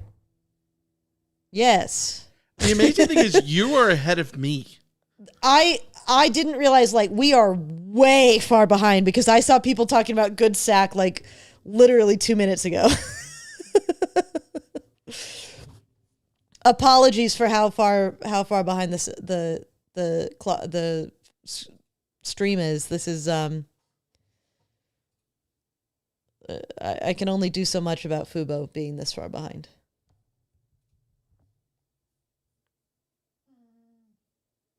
West Texas Mike says my stream has started the second half kickoff. Yeah, that actually tracks.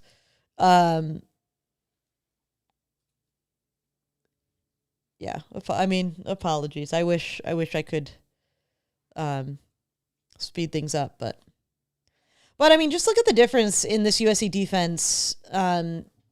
Structurally, some of the same issues from Mackay is still on his feet. Okay. Structurally, still some concern as far as the defense is concerned, but like, what a difference being able to get to the quarterback makes in general on a defense. Like, you can have all of the same problems from last year, but add some sacks and the defense is demonstratively better. D. Williams in the chat. The defense will have to figure out how to supplement the lack of run D by making big plays on passing downs and trying to force timely turnovers. It's just the reality of the talent we have. Yeah, that's spot on. That's spot on. You can survive having a subpar run D. I don't want a subpar run D, but you can survive it. Good blocking until they get through and Maya has to roll it away. You can get away with your run D being porous if every time they drop back to pass, they are getting hammered. And when you create pressure on the quarterback, you are creating opportunities to get interceptions, bad throws, force bad decisions, etc. 20 in the play clock, snap, tunnel screen to Tanook, a little bit too obvious, I think. They clearly knew that was coming.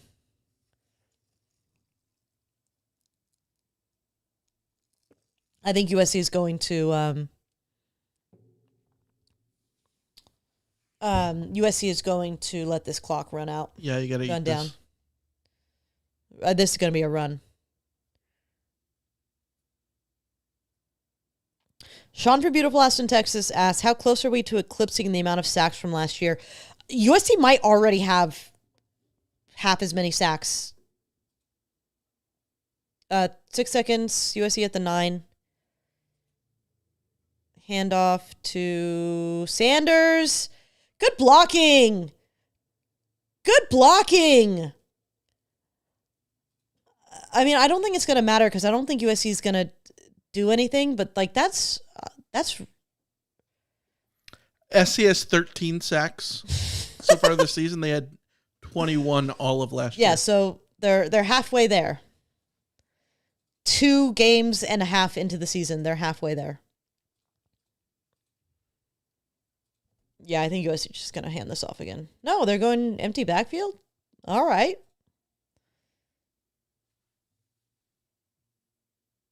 All right, Maeva, just don't do anything stupid. Yeah, take the sack. That's fine. Take the sack. That's fine. He looked like he was looking around for someone to pitch that ball to. So, yeah. All right, it's halftime.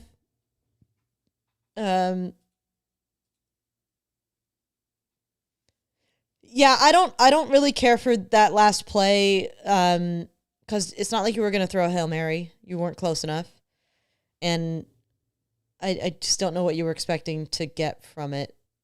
You just ended up with a sack. But no harm, no foul. Okay, yeah. 17-3 going into halftime. That's good. That's good. I think you replicate that half, maybe cut out some of the penalties, and you're golden. I think that's that the offense has looked capable. Only a few little spots there where like they have actually looked much smoother than I expected. I expected it to be much more sloppy than this, given the weather, given the road thing. So I'm really pleased with the offense, actually. I'm really pleased with Maeva so far. I think he's done a really good job in this game. And the defense, again, we go back to the difference between 2022 and 23-24. A defense that is getting to the quarterback and forcing turnovers. Any other complaints I have ultimately go by the wayside. Results matter defensively for me. And the results there is 3 points. 3 points for a Purdue team that has been scoring points in the games that they played so far. Like, I know that this Purdue team is not great. I don't think they're going to win a lot of games this year. They are completely built up from the ground up, but like this also is a team that looked pretty decent on offense this season. Let me see what they had. Yeah, they scored 31 at Ball State, 34 against SIU. Not great competition, I'll say, but they can score when given opportunities, and USC hasn't. When USC has given them opportunities, they've also shut down those opportunities, and ultimately that's what matters. So the pressure that USC is getting, that's big. That's big. Having a player like Bishop Fitzgerald who is proving, who's now proven through 3 games that he is a little bit of a ball hawk and will take his opportunities to create a turnover when they're there. That's big. The rest is something I just sort of put to the side when it comes to anything that isn't bad and USC's on the road is a massive improvement on the last time we saw USC on the road in the Eastern time zone. So, Brian joined late, and can someone explain number 4 defensive holding? Brian, you and me both. You and me both. All right, I'm going to step away for halftime. Maybe go grab a quick snack and let my ears rest from these headphones, which I am definitely going to be taking out the little plastic insert because it's not comfortable. I'll just deal with fiddling. Michael, do we have the little screen up? We do. All right, ready to go.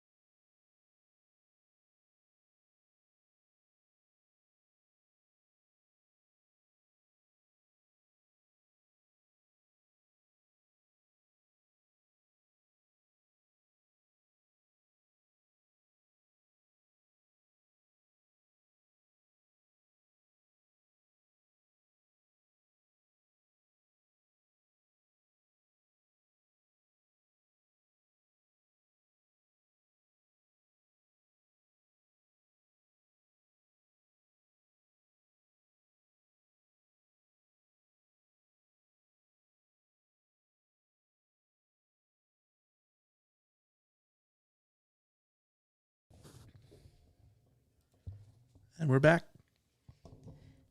We are back. We are back for the first half. Missed kickoff, but that's fine. I think it was uneventful. My audio. Oh, I don't have my. I took these out. Didn't put them back in.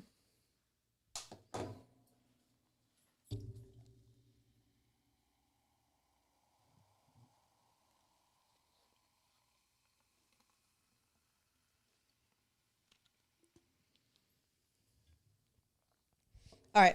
USC's at the 16. Hand off to Waymo. Waymo looking much more comfortable out there. Yeah, he hit the hole with some speed. Yeah, some confidence.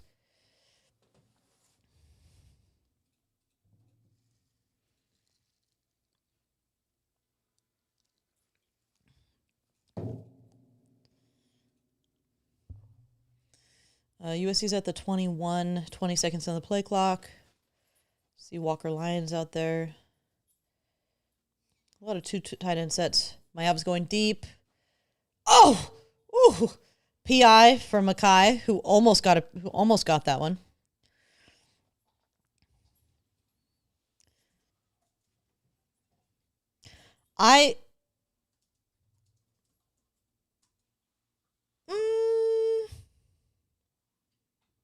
It looks a little 50-50. Yeah, I don't know about that.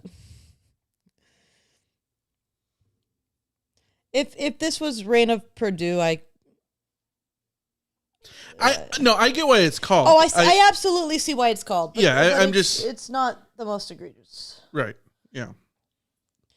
Part of that is called, in part because Mackay almost makes that catch and makes it look like it was much more... Here's a handoff to Waymo. Yeah, Waymo gets a yard.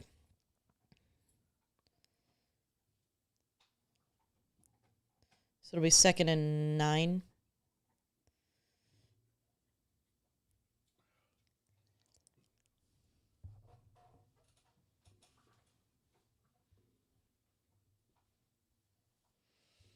All right, USC 2nd and 9, 20 on the play clock at the 37. Mayava moving away, moving back the other way. Chucking it down. I mean, McCree caught that, but yeah, definitely not in bounds. I think he was going to throw it away and then just saw him at the last second. Maybe? Yeah. I like extending the play. Yeah. I'm glad he didn't throw that initially, though, because that's asking for a pick. So I don't mind him waiting.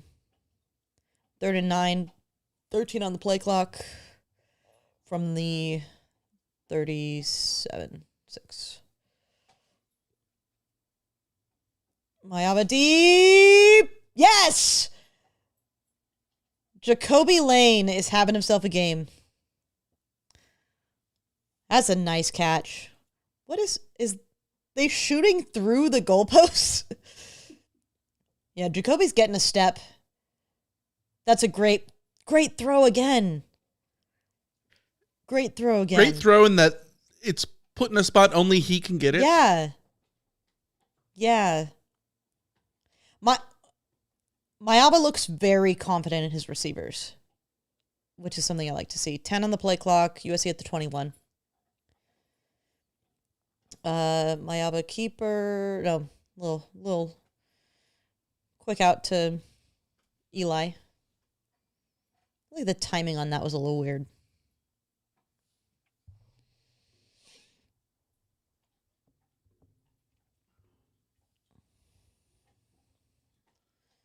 Second and 8.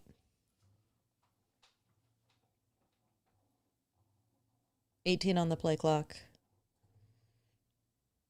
Tim in LA, it's so nice to have a QB that can hit guys in stride deep. Yeah. Yeah, he's doing it with ease, actually. And nope. Little play action. Oh! Mackay almost made that catch. Let's see how close he was.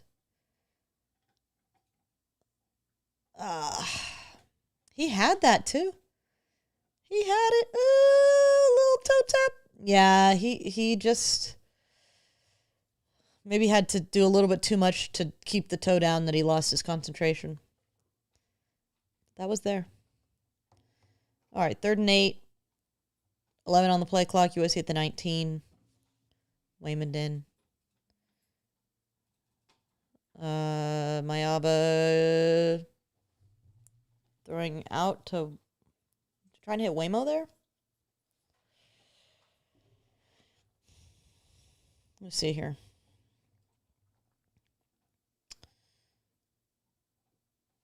Yeah, I don't like them getting pressure, but I don't like them getting pressure with three rushers, but I almost think that was Mayaba's fault more than Elijah Page's, because if Mayaba, instead of trying to bail right, if he bails left, he's got miles of space. I suspect most of the routes were taking guys to that side of the field, but Sayeri kicks and scores. That's 20-3, USC. She's getting points. Keep getting points. Don't give up points, but on pace to cover, but also one touchdown away from it being a 10-point game. So defense still needs to go out there and take care of business. How do you feel about the distribution in the past games so far? Looking at the numbers, Mayava 19 attempts. 9 of those have gone to Lane and Lemon. Only one other receiver has been targeted. That's Hines, who's been targeted twice. Frankly, I am fine with this. I think that we learned last year that too many, there is maybe such a thing as too many weapons, and that having comfort and familiarity with your two best guys, and then I like that USC is able to lean on Lane and Lemon, and then between McCree and Hines and the running backs, that's, I think, more than enough targets, more than enough variety of targets. I have no problems, honestly, with the way that they've been targeting guys, especially because, like, I think Lane and Lemon earn every target they get. For sure. Like, it doesn't feel like they're being force-fed. No. Which I think is the most important thing. Yes. I've heard that, like, you're not the only person to mention they learned last year that, too many cooks in the kitchen at receiver and stuff. Mm-hmm. I get it, but I also think that is a results-based Well, they didn't know assessment. who their top guys were. Yeah, but, like, if in a situation where you have, like, if they were winning games, I think the takeaway is, oh, look how great it is having a deep receiving core. You know what I mean? Like, Yeah. like, I think Yeah, a but lot one of it is results based. But potentially one of the reasons USC wasn't winning games is because the receiving core was unreliable. And you could argue that, I mean, and this is, what we heard was just that receivers felt like they couldn't get into a rhythm because they were going in and out too often. Like, there was too much rotation. And with the quarterbacks, I mean, I could totally see trusting a familiarity with just knowing that it's just going to be two guys and maybe a third, and let it be that. I am a little bit surprised that, more guys haven't popped up here or there. But,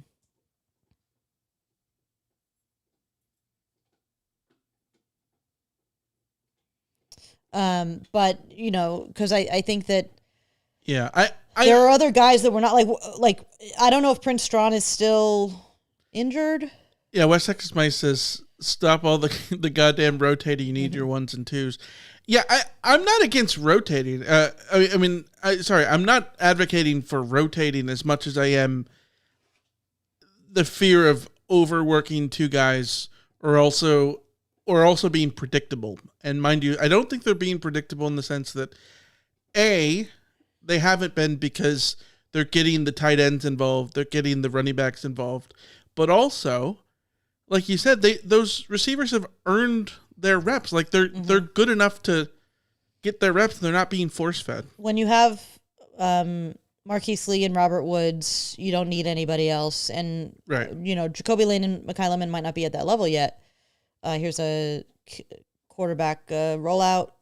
Oof. That's a completion for Purdue. I love that play. I love that play so much. I'm jealous of that play.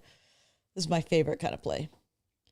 Yeah, DJ Harvey. Oof. He's not had a good start to the season. All right, 1st and 10, 21 on the play clock. Purdue is at the... Zoom out. Purdue's at the 45. Little swing pass out. Not a hold on Harvey? Like he looked like he was being held? That's Jameer Robinson out there. It's Michael Jackson III. First catch, I think. Oh.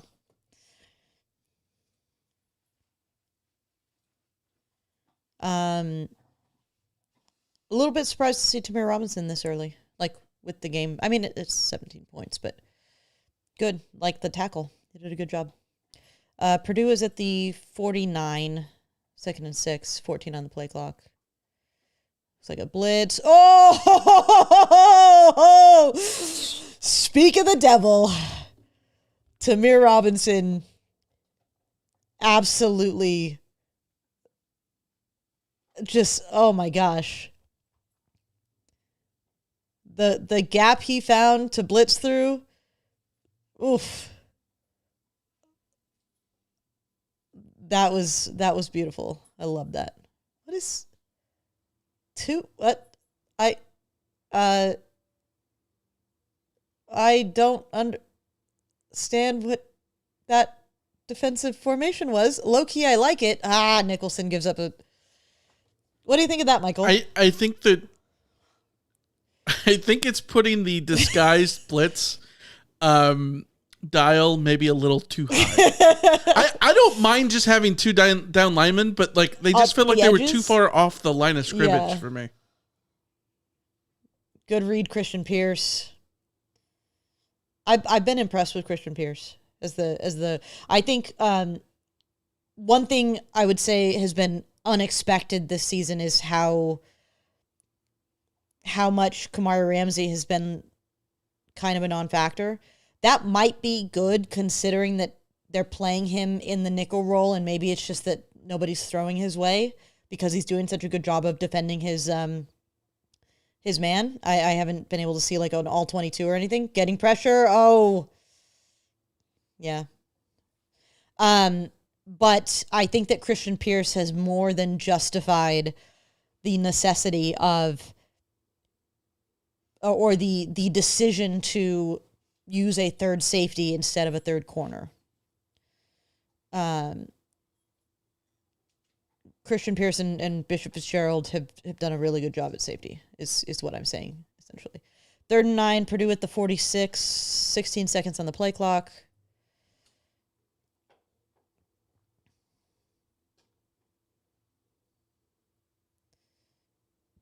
A little stunt. Oh. Where?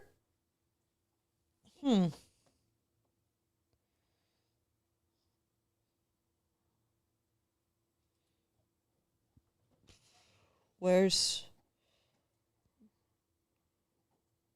I don't get a good enough look at that play to see what's going on. Purdue is at the 26, 20 on the play clock. 1st and 10. Oh, here's a double. Oh! Gentry! What? Jesus Christ. That pass was forward. That pass was definitely forward.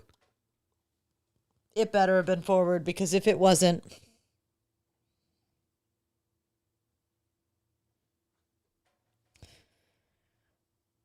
I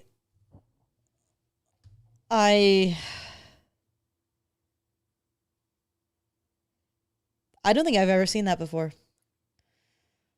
Okay. Okay, the first one's definitely behind. That's forward. That's a forward pass. I don't know. I don't know. Because at the last second, he tracks back for it. Yeah.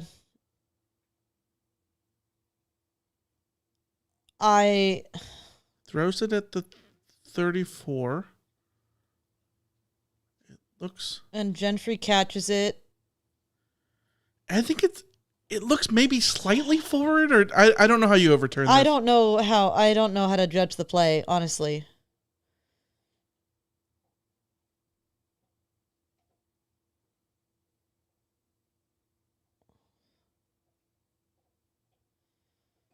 I don't know if anyone was watching the Bradley says 14-point swing. Literally, yes. The ACC games are letting us hear the process that the review booth is just doing, talking to the ref.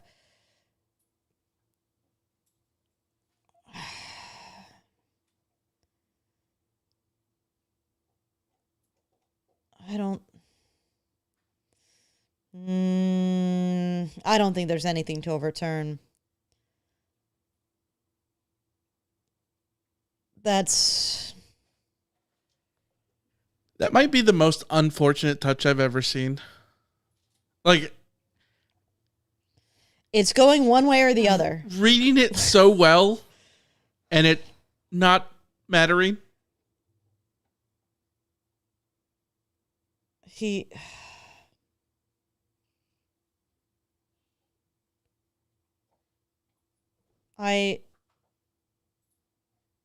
You're right. Like the thing that sucks about that is that USC played that perfectly. They had that read the whole way. Like Gentry's right on it. He knows exactly what's coming. And then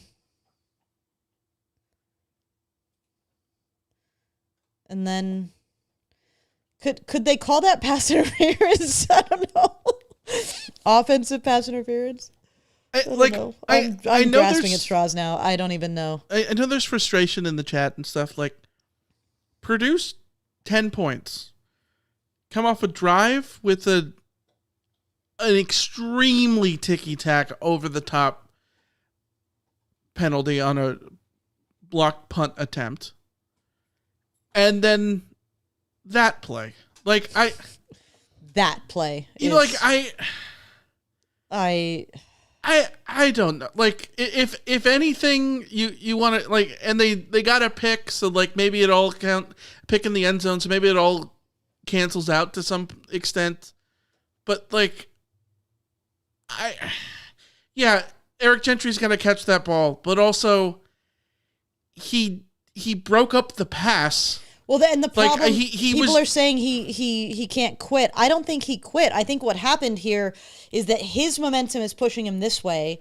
The quarterback is staying still. So when the ball bounces, he's moving this way. The quarterback just has to stoop down and pick up the ball and run. Like, I don't know.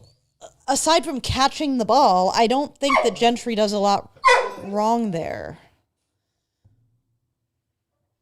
I think that's just a really unfortunate play. Yeah, because he does look around for the ball, but at that point, Brown's already going to pick it up, and he's past him. Yeah, I think that's if ever there was a fluke play, that's a fluke play. And you're right. I mean, that's totally fair. Like, Purdue has found points on the flukiest fluke play you'll ever see. Because if that ball even bounces slightly different, it takes him longer to pick it up, and he probably gets tackled. Like, and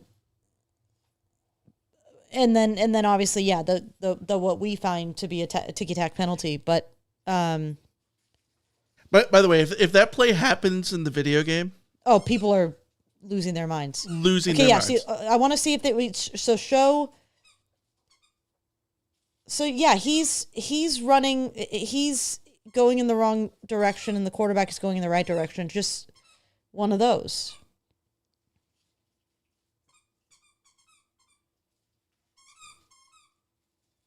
Yeah, Nan says need an answer. This is how they lost games last year. Yeah, I think it's really important that the offense turns around and gets has an answer here. A touchdown would be great.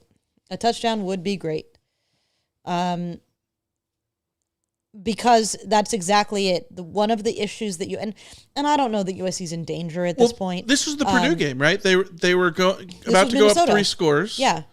And there's the pick, and it's a big swing. And suddenly the flip switched, right?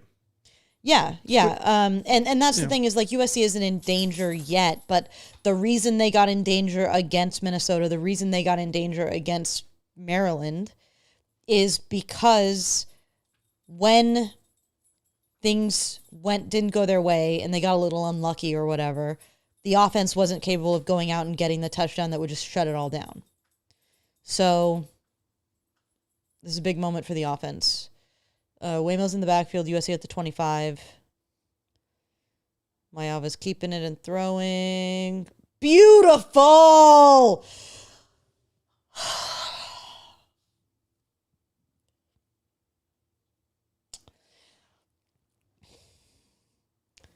USC's embrace of the tight end up the seam. He makes me drool.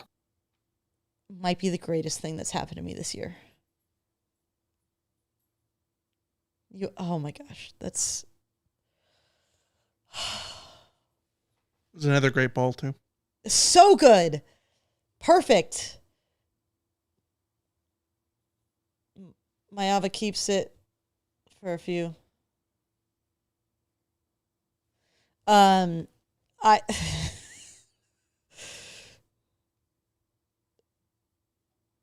just so happy about that. I don't even have like words anymore. Just one more tight end up the seam and I might fall off my chair. I really might. It's 20 on the play clock. USC's at the 49. 2nd and 8.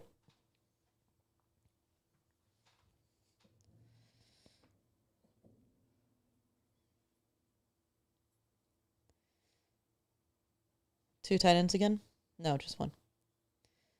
Good protect.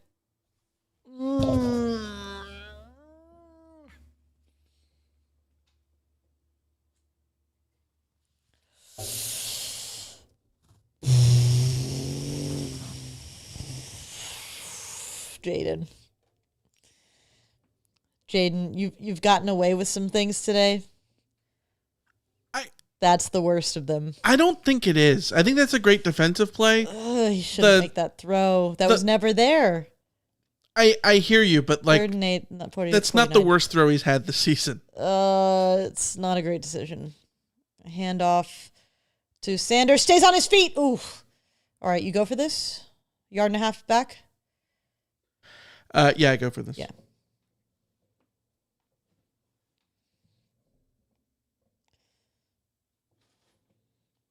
Good. Love that from Sanders. Stay up. Those are really important extra yards. 4th and 2. 20 on the play clock.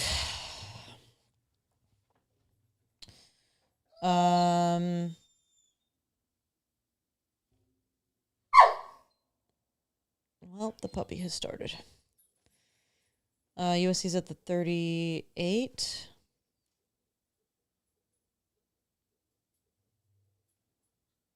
Don't mind the timeout. This is a big play. You got to get it right. Yeah, but I don't know what was wrong there.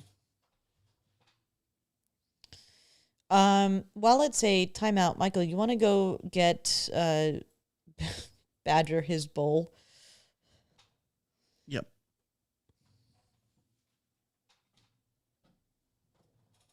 Roger says maybe USC needs a road win to relax. Oh, well, I certainly need a road win from USC to relax.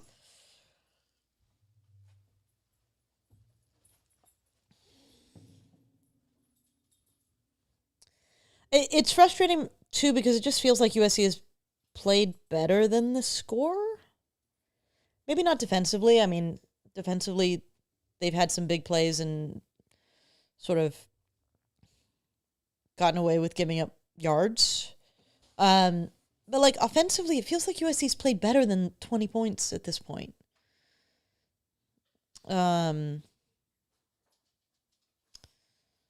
I don't know, 15 on the play clock. 4th and 2 from the 39, 8:38. Mayava keeps to the tight end, Walker Lyons. I love that play. That's so good. Great play call. I mean, it worked. So, of course, it was a good play call. But they made the defenders think a lot about what was going on there. And I don't think they've gone to Walker Lyons before. So, yeah, that was great. 1st and 10 at the 29, 16 on the play clock. Waymo in the backfield. Handoff. Yeah, that was, yeah. The to say the blocking on that was not good would be an understatement.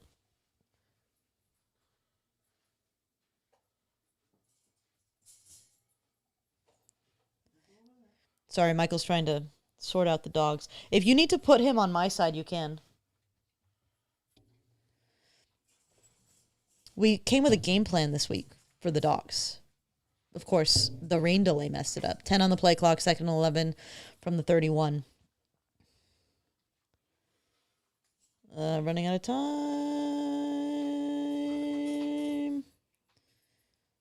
Mayava in the pocket. Oh!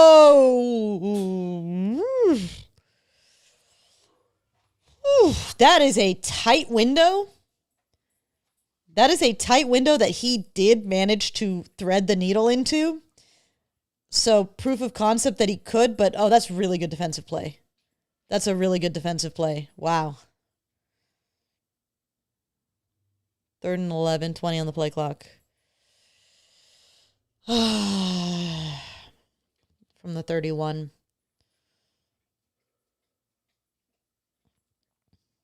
Mayava playing with fire again. Yeah, this is again, it goes back to something I said in the first quarter.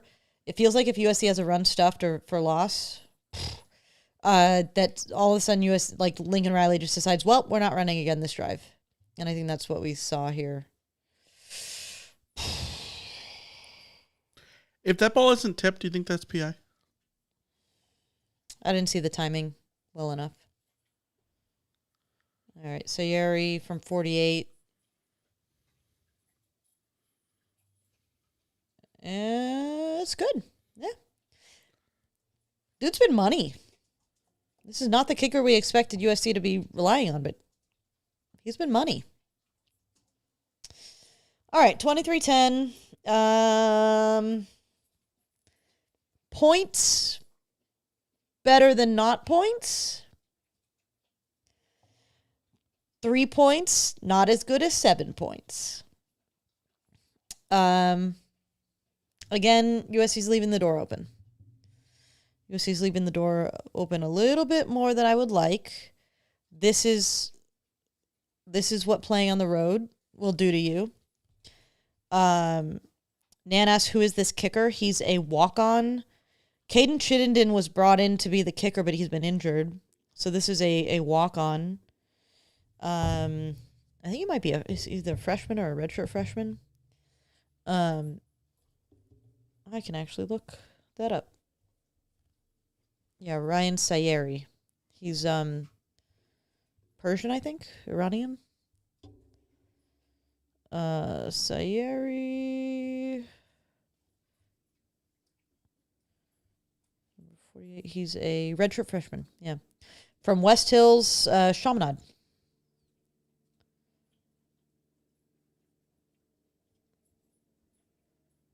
He just had a birthday. Happy birthday, Ryan Sayeri. It is.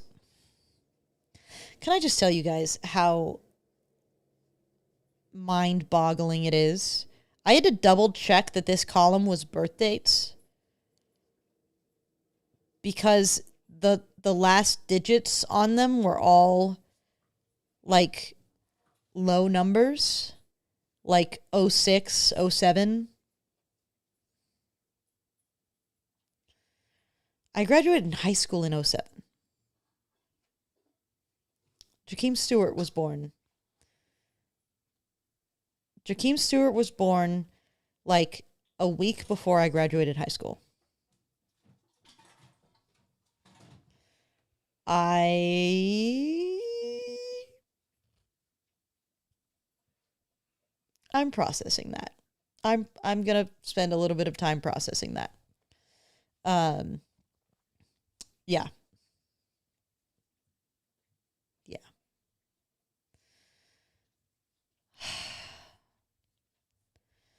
All right. Now would be a really good time for the defense to just get a really simple stop. I'd like to see some pressure. I'd like to see a run stuff. And I'd like to see a punt forced.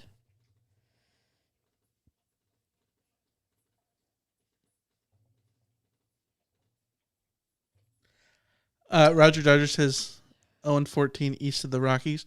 I have a bone to pick with this. Boulder is east of the Rockies. And here's the kickoff.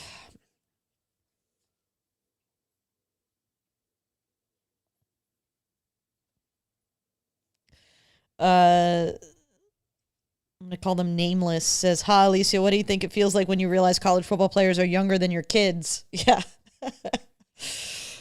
Oh my gosh. All right. Badgie's All right, still defense. eating his food? What's he doing? Is Badgie still eating his food?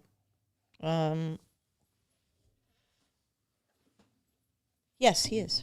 Oh, good. All right, 10 on the play clock. Purdue at the 25. Here's a handoff. Oh, Jakeem. He was so close there. Very close.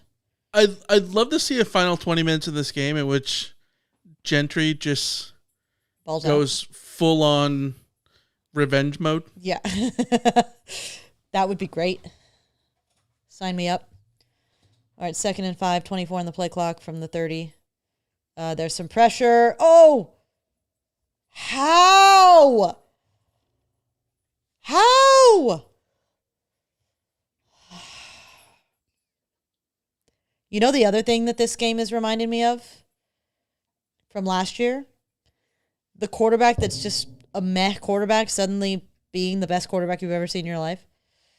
22 on the play clock. Purdue at 41.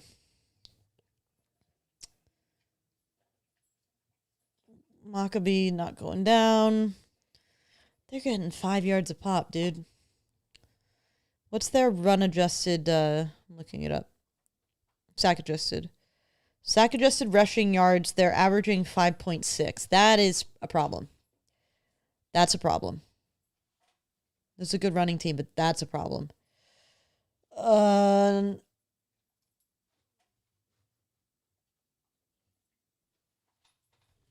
right, well, that was good. 3rd and 4.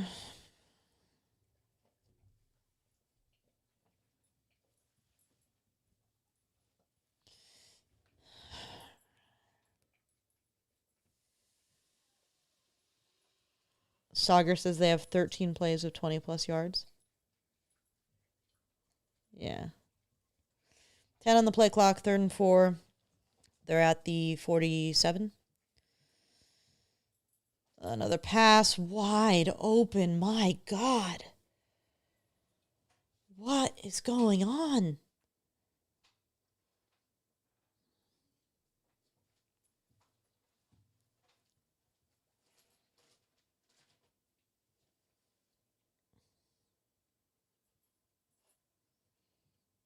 Oh my gosh.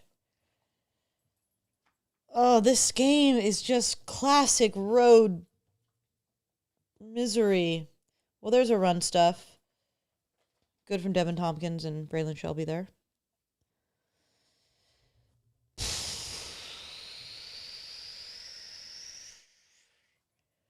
.30 on the play clock.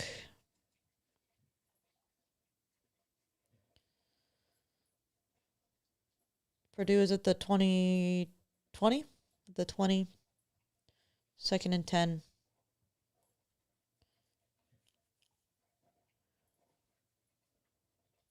Pass.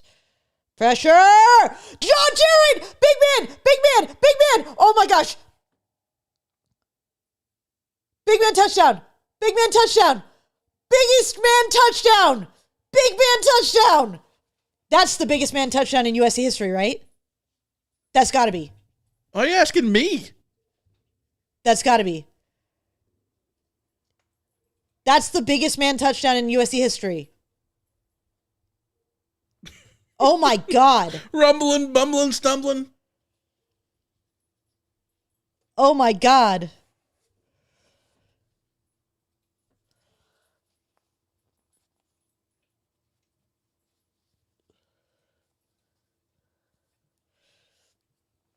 Yeah, Sunbun says, speaking of fluke plays, this is what I was talking about earlier, though. Like, you get pressure and you force bad throws or you force this kind of thing. Give John Jarrett some credit here, man. Give John Jarrett some credit. That's a good catch, and that's a good run. Yeah, get that man some oxygen. Just a reminder to the chat, too. Do not... in the chat, don't react to things until I've reacted to them. That's the just delay your reaction until you see me clearly have seen the thing that you're reacting to. Max said that might have saved the game. I mean, yes, it probably did. It really does cancel out the. It cancels out the other one. Yes, yeah, they're both. We're even now. They're both weird fluky plays. This one is a fluky play that you create, right? That was Kamari Ramsey on the blitz. Yeah. And Tompkins batting it. Touchdown, Trojans. Irvine with another super cat.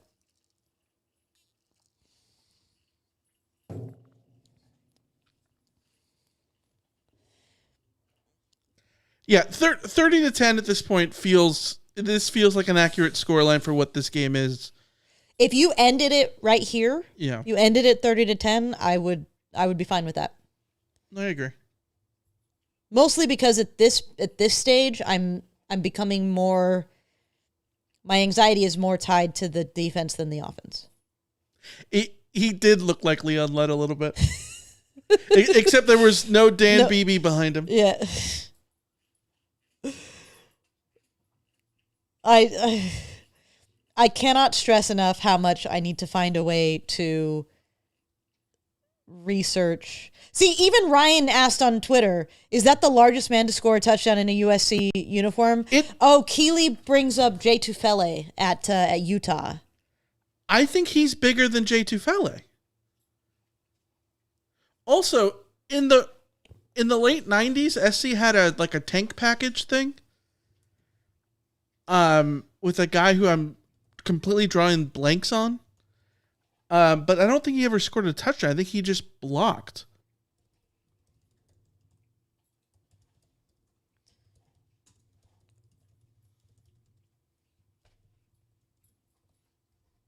He's 360, right?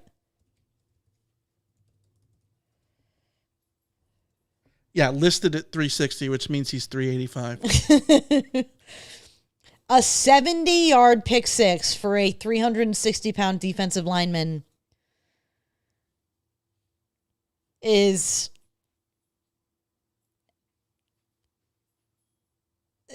beautiful, is what it is. I that's one of those plays. See, and this is one thing I miss from the way that I experienced sports when I was a kid. That's the kind of play that I would wait up to watch the Sports Center Top 10 to see. That. Hey, super chat from Asamgus?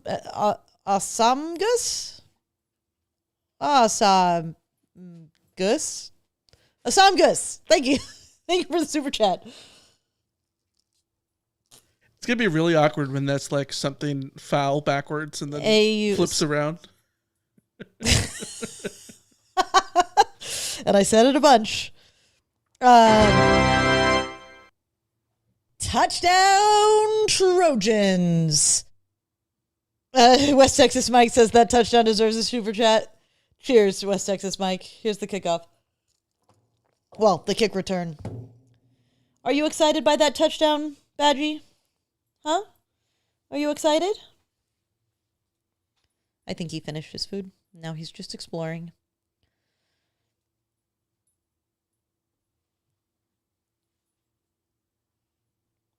My favorite thing is that, like, it's not like it falls right into his hands. He has to reach out and grab that. Also, good on Anthony Lucas shielding him just enough. I don't think the defender was going to catch him anyways, but Killian O'Connor.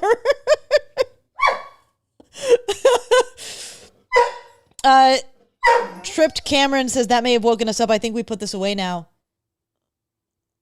I think, if nothing else, like, even if it woke USC up, I think that might have, like, killed Purdue. Like, I don't know how you come back from that if you're Purdue.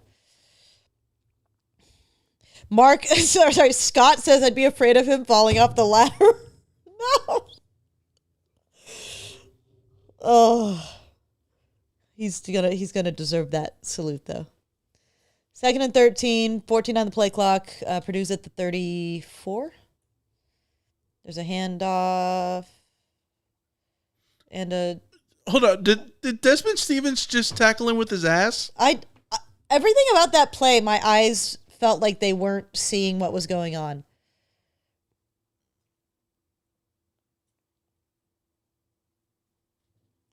They sent him right back.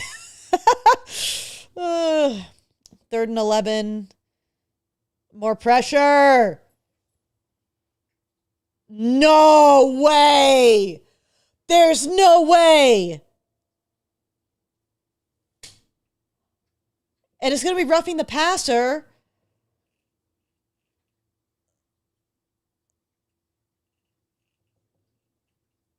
This is such a weird game. Haji asked which player intercepted the pass. Jamal Jarrett.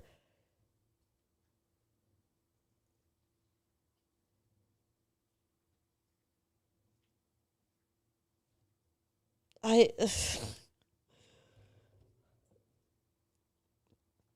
still don't know how to. There's so many plays in this game that I don't know how to process. How? Jeez. That's a hell of a play. That's a hell of a play. Throwing RPO behind. Oh, super chat from the Iron Cats. Thank you. Cheers. Every time Badger barks, my little doggo picks up her head and looks for him. Well, give your doggo a pet and a treat from us. At the next commercial, I'll tell you about our dog plans. Wide receiver screen, Desmond Stevens hangs on. That's fine. 3rd down.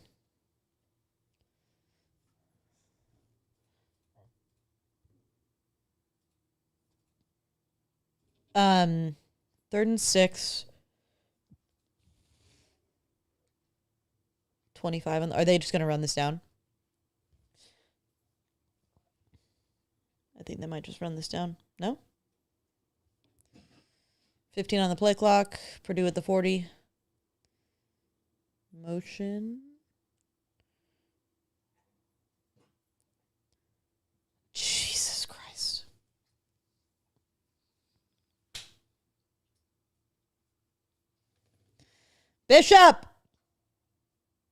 Bishop, you were right there. Make the play.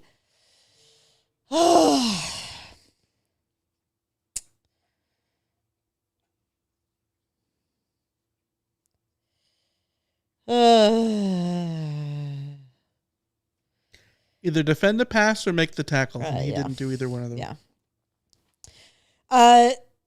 The dog. It's okay because last week the dogs, specifically Badger, were a bit rowdy, too loud, a little bit much.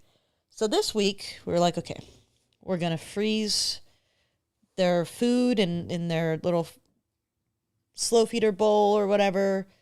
We're going to freeze it for them, and then we're going to give it to them when the game starts, and then they'll, be taking a while and to eat that food. And then we have Kongs for the CarCast that we're going to give them so that they're chill during the CarCast. The problem being that we gave them their food. We delayed their breakfast to like noon because the game was going to start at 12:30. And so we gave them their food at noon, and then the game didn't start at 12:30.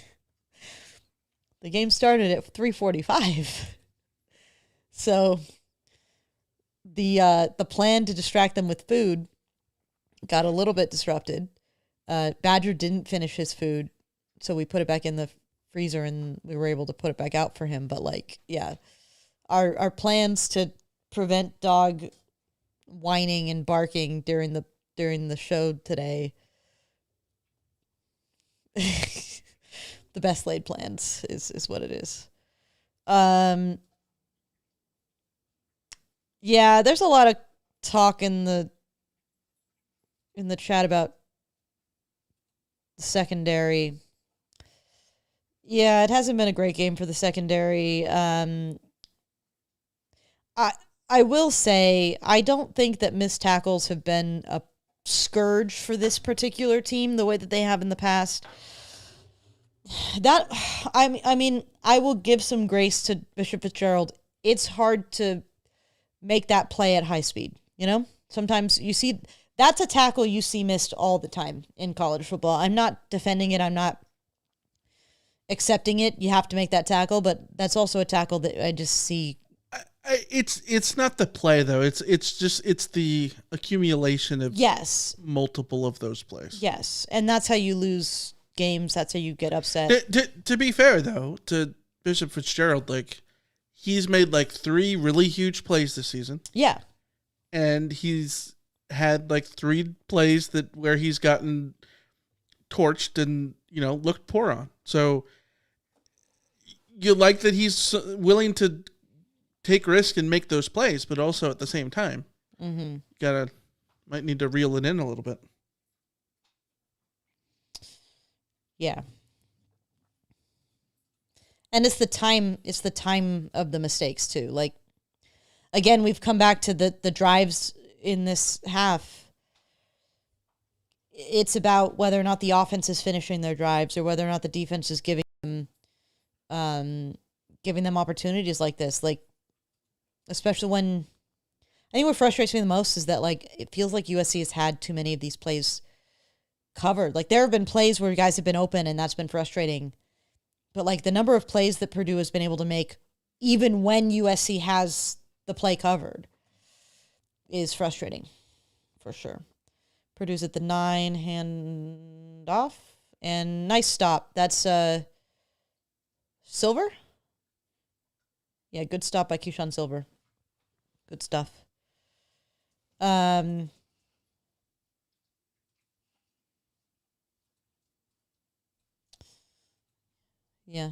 it's a good play.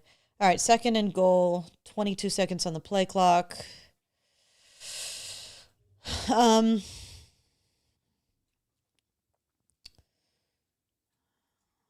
at the 9 still, 10 on the play clock.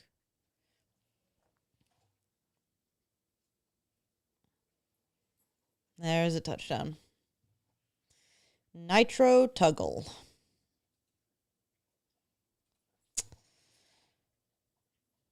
Yeah. Yeah, you just... Yep.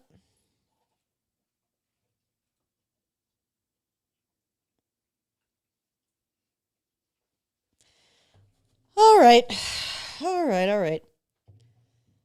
USC's up 30-17. Still up by...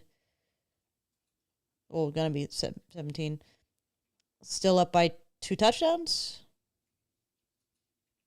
Right? Yeah, 2 touchdowns. Yep.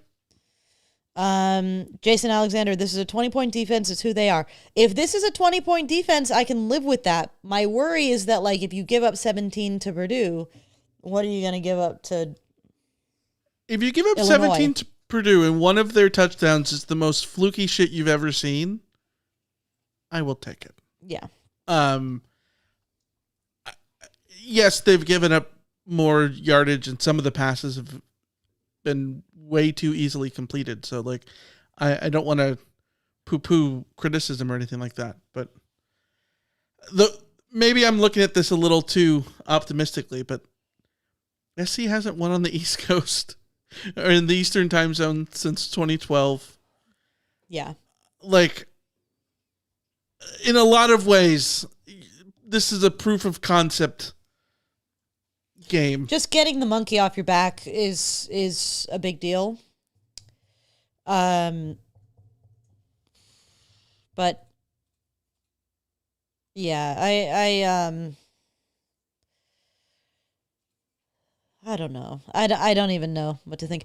And again, I will put it out there that, like, this Purdue offense does have a pulse. This is not the worst offense that USC is going to face this year.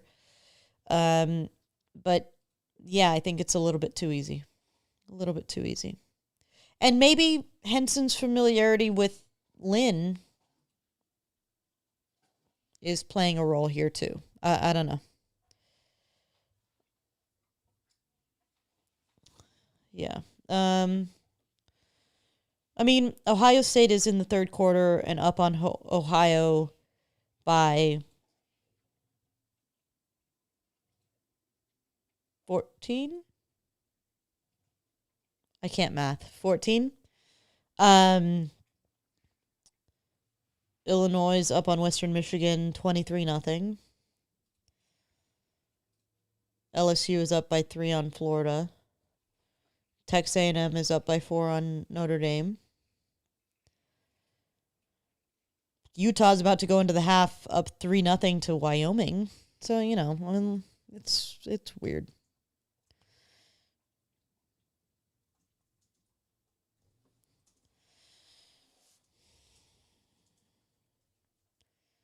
Rumbling, bumbling, stumbling.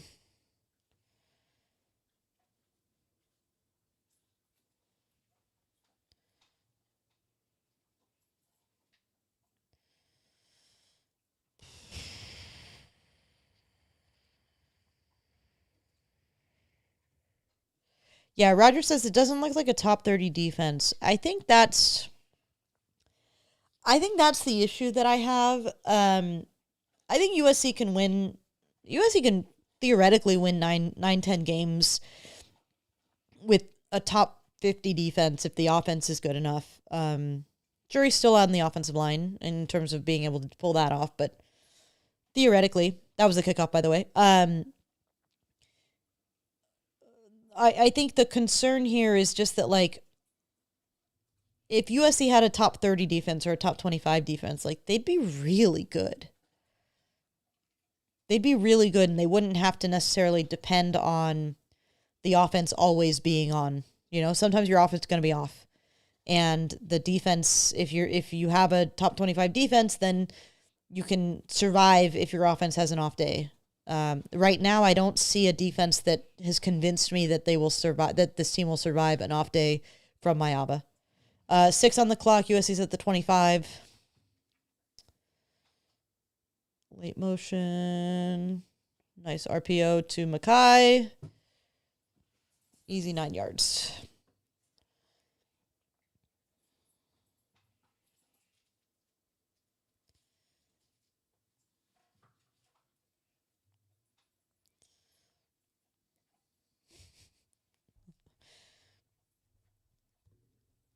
It's funny. We got a vibe check earlier, and I responded, "It's good vibes." And then we just got another text from a friend saying vibe check. Not so good. Wayman gets outside. Go.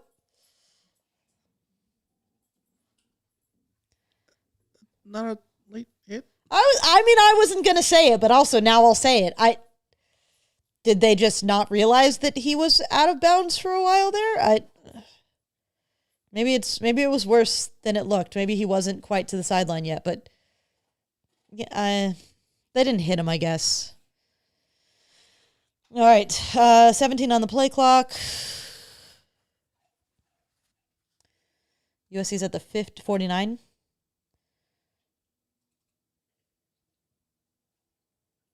Hand off to Waymo. There you go. Yeah, Waymo's looking much better. West Texas Mike says, I've attended 6 of those East Coast time zone games. I'm 1-5 since 2012. West Texas Mike, I hope you're not at this game. I would assume because you're in the chat, but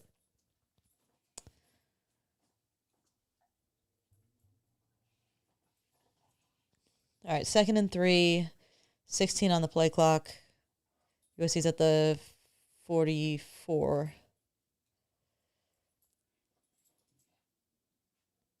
Another handoff to Waymo. First down. Yeah, he's hitting the hole with confidence now. I don't know if maybe just there are more holes, but yeah.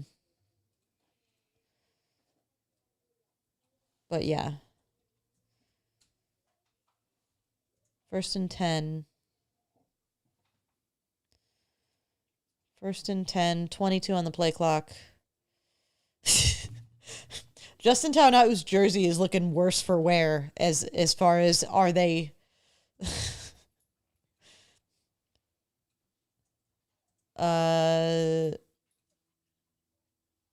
they're really running this clock down. Hand off to King for 5 yards.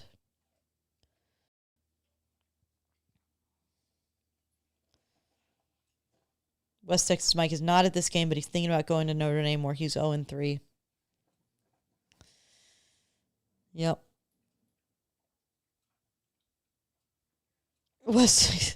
And it's not my fault. Sark and USC's defense had no answer for the read option at Boston College red bandana game. Yeah, I would have a blatant, I will not schedule Boston College in the month of September policy because I would never want to play on that weekend. 2nd and 4, USC is the 44. King gets a yard that he, fought tooth and nail for, so I'll give him that. Yeah, Eric says King runs hard. He really does. Like, stays up, propels himself forward for that yard. That yard matters. 3rd and 3, 3rd and 4 makes a difference.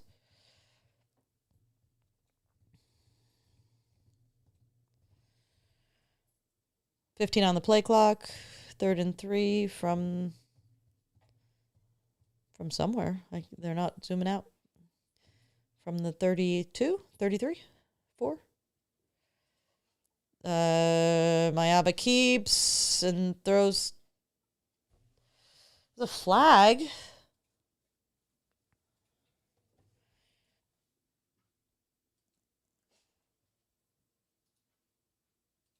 Hold what?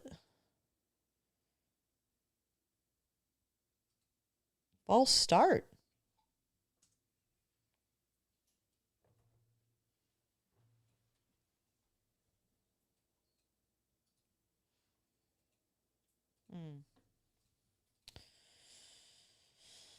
All right, is USC going to go for 4th? 25 seconds. Well, the play clock hasn't started yet. 4th and 3. 24 on the play clock.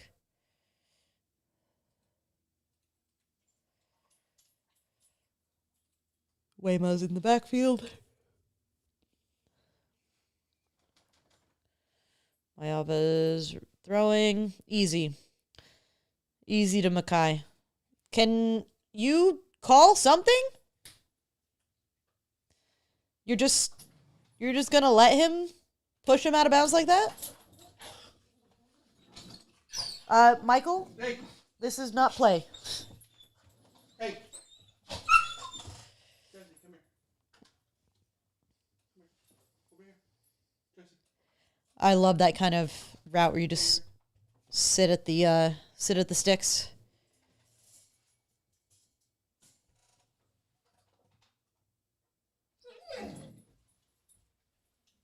All right, 14 on the play clock. USC's at the 26. Slow RPO. Mayaba's throwing. Oh! The almost that USC has had in this game, the almost incredible catches. Tanook. Oof. Whew.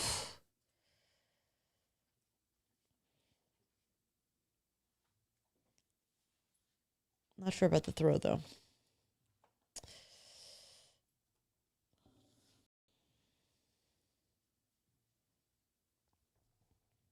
All right, 2nd and 10, 6 on the play clock. Are they going to get this off? You gotta roll. You gotta roll. You're doing motion. You gotta roll. Okay. Mayava keeps. Oh, Jesus. Yeah.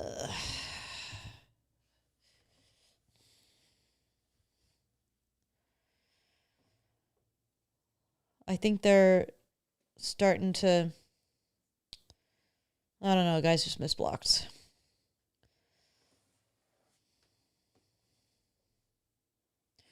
Third and 14, 16 on the play clock.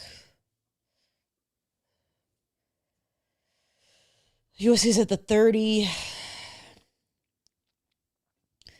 2-man backfield. Hand off to Waymo. Waymo. All right, down to the 19, so it's going to be 4th and 4. Are you going to go for it again?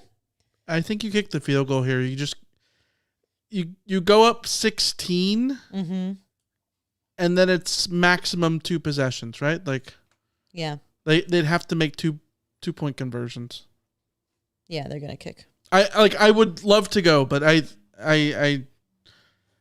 think you maximize the possessions. He says, so far this kicker hasn't missed anything today or on the season, which means a miss is coming. Of course, the commentator activated.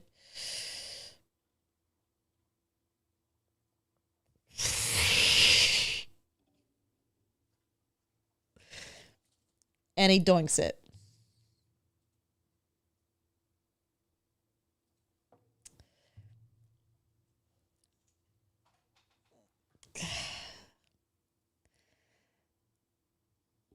Okay.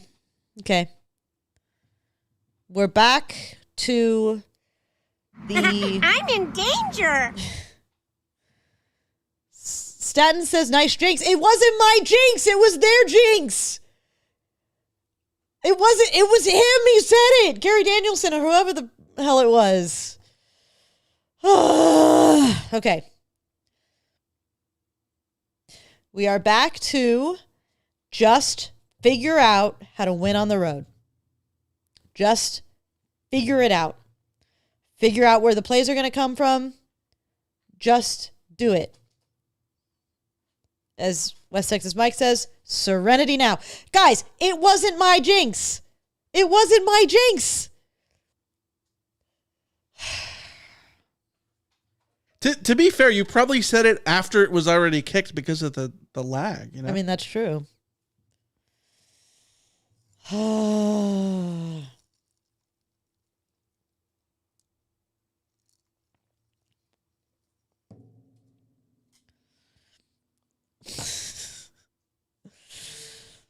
Okay. Yeah, I agree, Badger.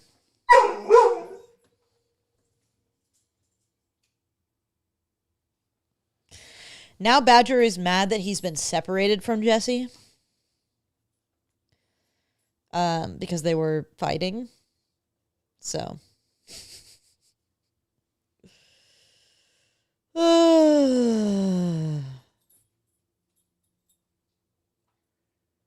The difference between Jessie and Badger is I can throw a treat at Jessie and she will catch every single one.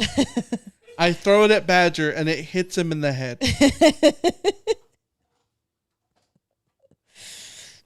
Yeah. Oh, that's LA Fred. Staten is LA Fred. Okay. Hi, LA Fred. Quiet. Badger. Quiet.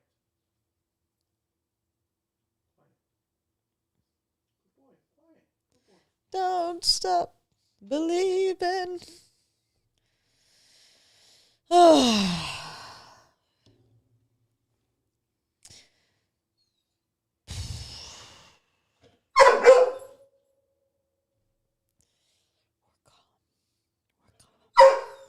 Badger, we're calm. We're being calm. Very calm. Calma. All right, 1st and 10, 24 on the play clock. Purdue has the ball at the 20. It's a rollout and forced throwaway. Good play. Good play.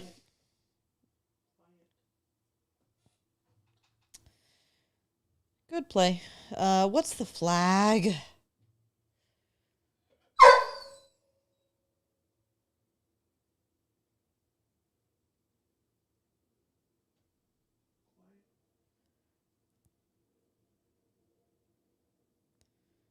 Where's the flag?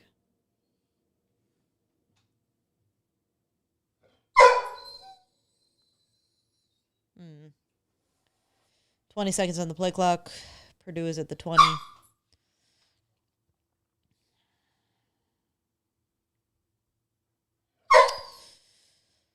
All right. There's pressure from Tompkins and...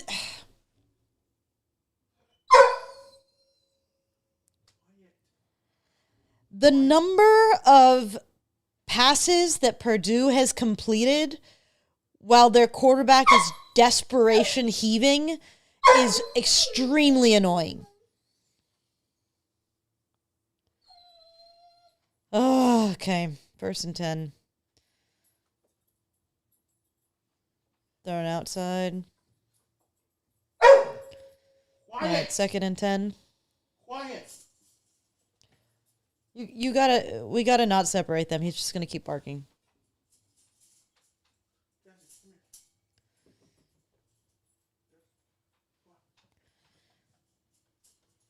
All right, 2nd and 10, 20 seconds on the clock.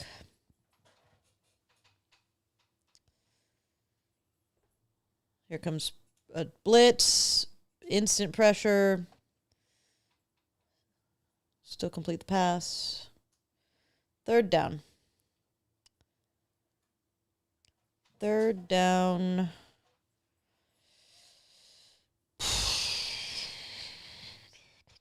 Third and 3 from the 48. It's a pass. Slant. Easy.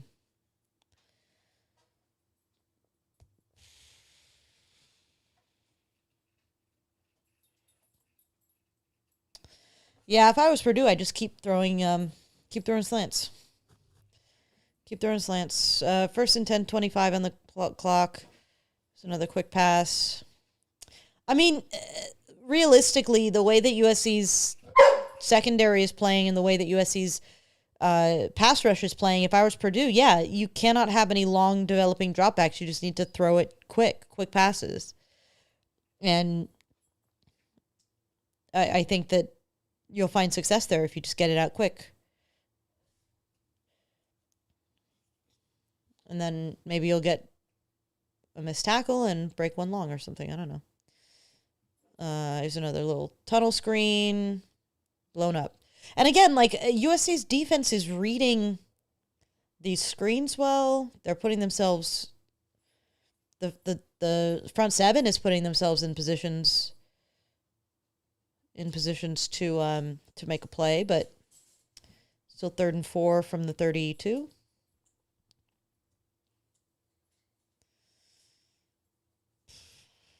Offsides.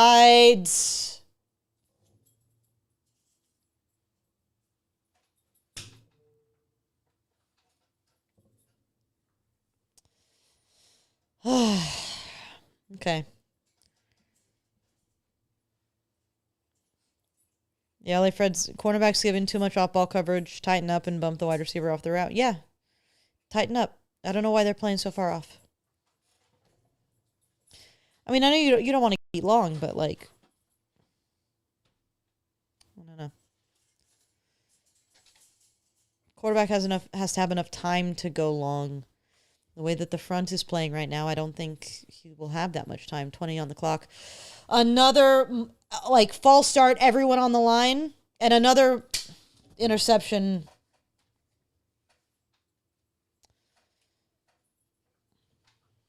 You know how they do, false start on everyone but the center? Offsides on everyone but the nose tackle.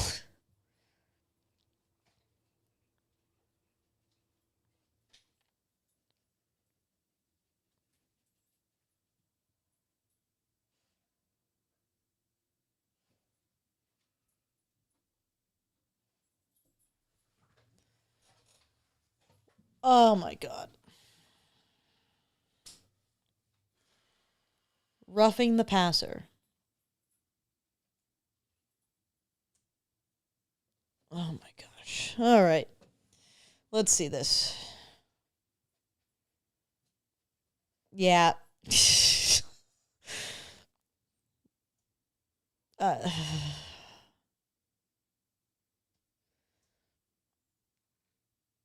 Yeah. Yeah. Purdue's at the 9. Another drop back. You are freaking kidding me. He didn't catch it, but I thought he did. Reminder, everyone in the chat, don't spoil things. Wait until I've reacted. No, he dropped it.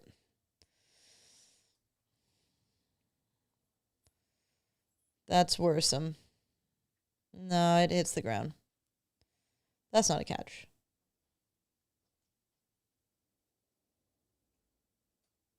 Yeah, it's not a catch. 2nd and 10, 8 seconds on the play clock. Here's a throw. There's another Bishop Fitzgerald interception. Ball hawk. Bishop Ball Hawk Fitzgerald. One could argue Bishop Fitzgerald single-handedly saved this game for USC. 2 red zone interceptions. It's a great read.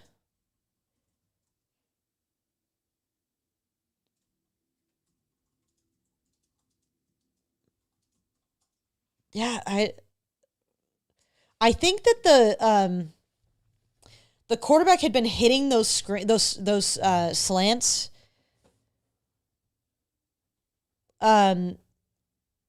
Those slants had been so successful. It's almost like USC baited them into it. Like Fitzgerald had sort of picked up on the whole slant of it all, and goes in there and gets what might be a game saving. I mean, again, how in danger was USC? I don't know.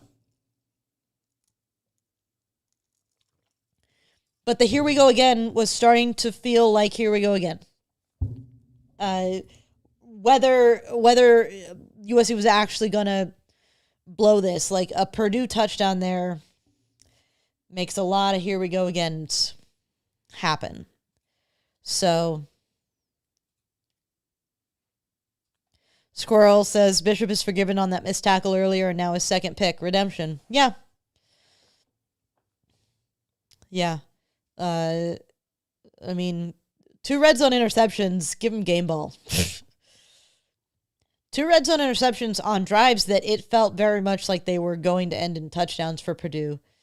Literally, it's the difference in the game right now. It's such a weird game because on one hand, you take away those 2 interceptions, you could say that Purdue's winning this game. On the other hand, Purdue scored an crazy fluke touchdown. Yeah, I 30-17 feels like maybe it should be 30-20. Yeah, you know what I mean? Like maybe 30-21 is the most accurate feel of this game. I don't know. Yeah, it's just so it's weird. Sagar, his first interception was on the second drive, I believe. Purdue's second drive, they got down to the goal line. Jonathan asks, what are your thoughts on bend but don't break defense? I mean, it very much relies on guys making plays like that. The problem is that you can end up in a situation where you're a bend and bend defense, and there has to be a moment in that bend where you make the play that ends the drive, as it were.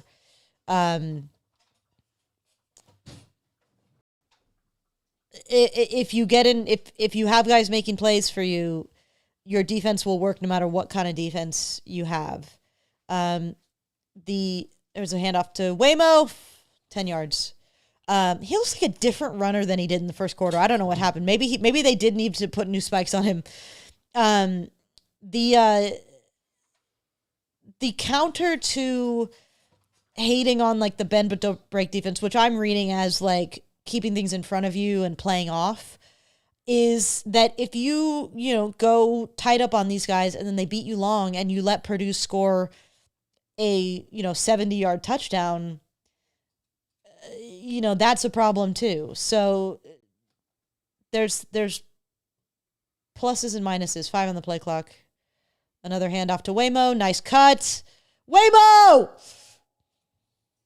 That's first down, Waymo. He's feeling it. Danny says, how would you grade the O-line so far? Honestly, this is going to be a game I'm going to have to rewatch closely. I didn't rewatch the first 2 games closely because they were what they were. This game I might watch very closely to sort of get my mind around the offensive line. I feel like they've been doing more positive than negative. There have been some really questionable moments, but I think that they've started to find their groove here. Obviously they need to finish out this drive, but give them a B-. Waymo, are you going to throw a flag ever? Finally. They've been doing that all game.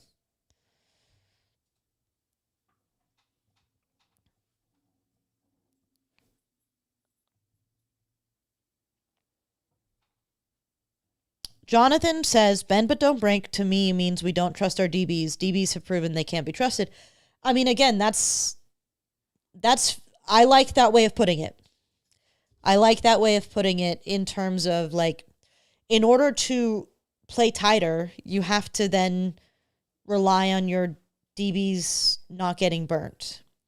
How much trust do you have in your DBs to not get burnt?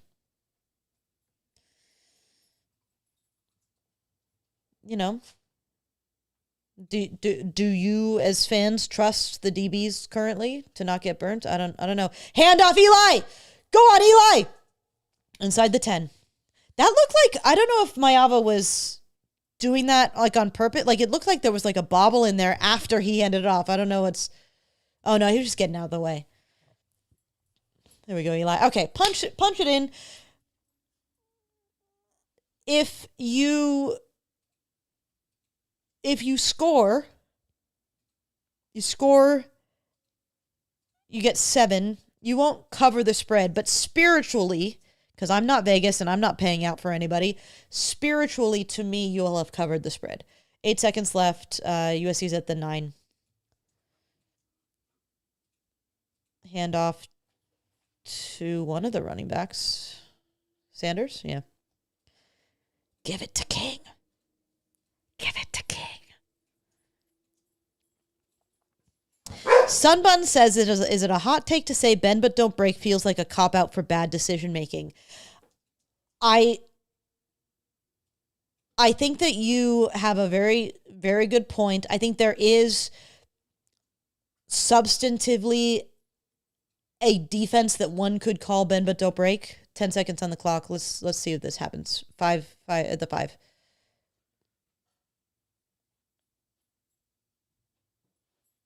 Hand off to Eli. I feel like Closer. bend don't break by design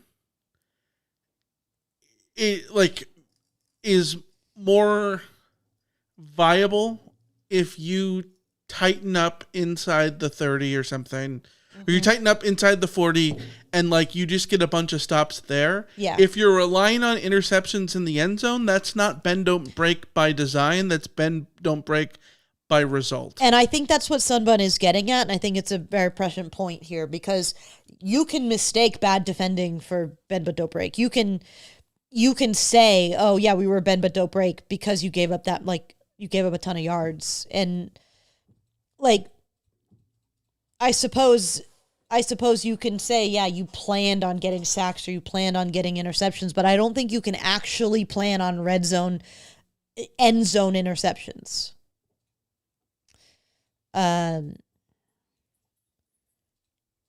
Yeah, Purdue has 370 yards, 375 yards. David says the only year bend but don't break didn't completely kill USC was probably 2005. And I'll say 2005, the defense. Pete Carroll's worst defense. I was going to say it wasn't his best defense. They give up, was it 42 in the Rose Bowl, Michael? 41. 41.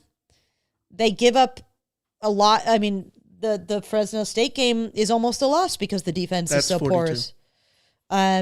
So, USC gets away with that in 2005 because that offense was so good and got them out of Dodge.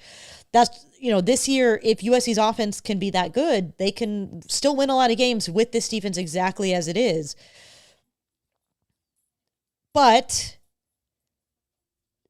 I don't know that this offense has earned the 2005 reliability offense sort of tag at this point, right? So it's all about, somebody's got to make the plays, whether it's on offense or defense. I don't know.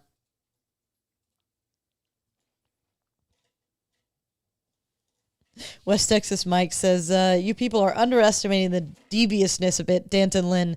What's more demoralizing than to drive 70 yards and to have the ball taken from you by your opponent at the doorstep of the end zone? I mean, it's pretty damn demoralizing. I do it all the time in college football 25. In the sense that, I throw the end zone interception all the time. It sucks. But I also don't think it's a game plan. That's my concern. I don't think it's a game plan. And I think USC saw that in 2022. What happens when the turnovers dry up? What happens when Bishop Fitzgerald doesn't make the play? 3rd and goal, 22 on the play clock. USC's at the 2. I would like to see USC punch it in here. Hand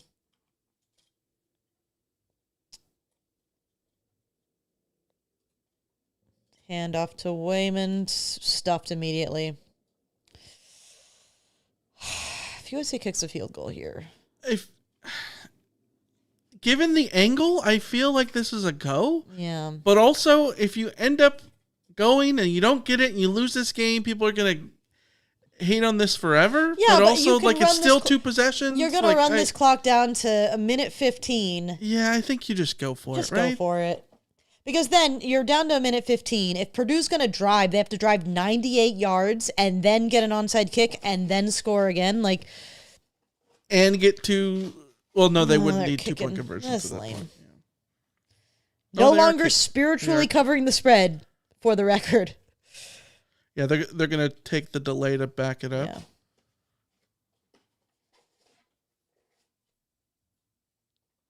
I mean, frankly, I would use this as practice for goal line situations. I don't know.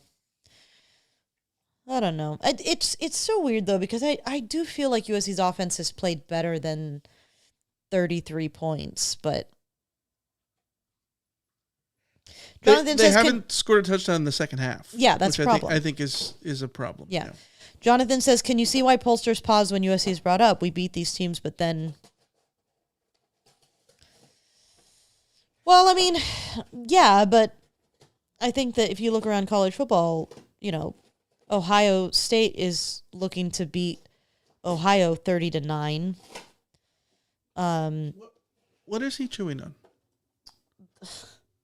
the cardboard box from the light box. I'll just watch this field goal. Hopefully not a doink. Yep. All right, hold on. Even with the doink, I think Sierra has been outstanding, by the way.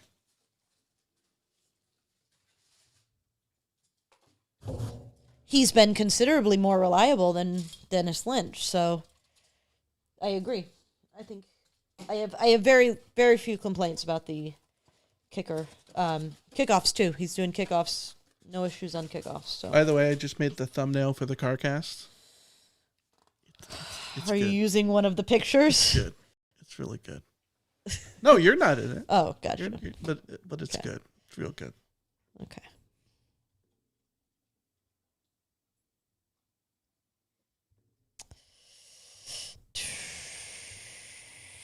All right, what's going on with Notre Dame? They're still down 4 at halftime. Your alma mater.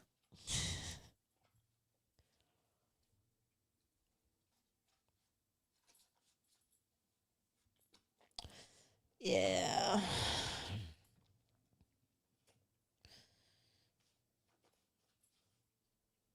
Ray says not a perfect game, but hey, they went 3 time zones plus a 3-hour delay and still walking out with a win.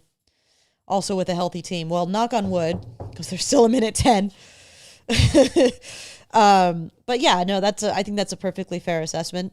I think realistically, this game didn't answer some of the questions I still have about this team.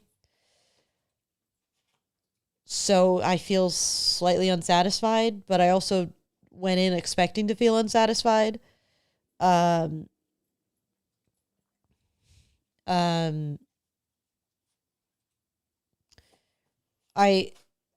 wish USC pleasantly surprised me more often, I guess, is where I'm at. Iliam says, I don't get why people care about the ranking. That vanity won't make the secondary better. Yeah, but also, like, it's something to talk about, and I don't think it's oh, there's a sack. That's team sack.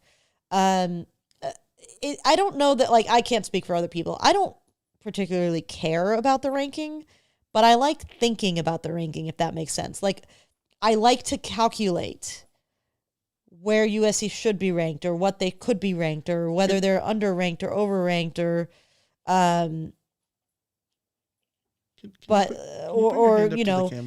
when USC will be ranked, all those kinds of things. Like it's like a fun exercise in my head. It's not something I particularly care about, but in a real sense, aside from just like the exercise of doing it.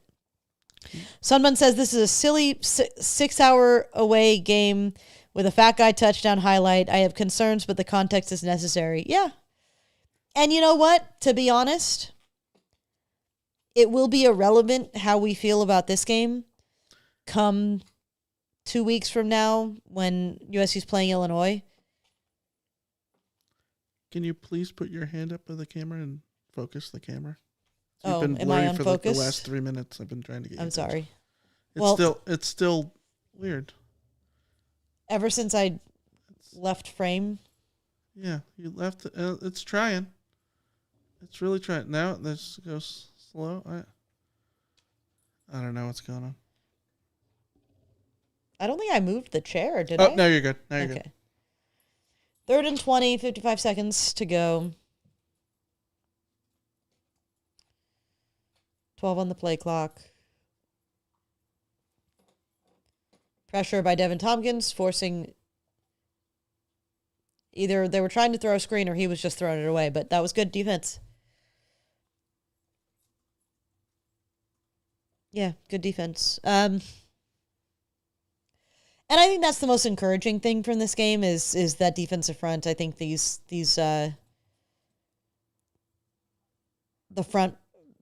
front four has been, I think they've been good in the pass rush.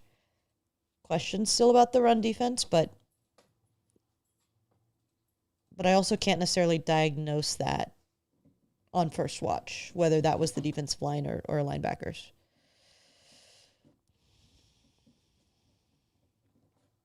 Jay Mariano says, I think truth is in the middle. Purdue is better than we think, and we really won't learn much until we face a well-referenced team.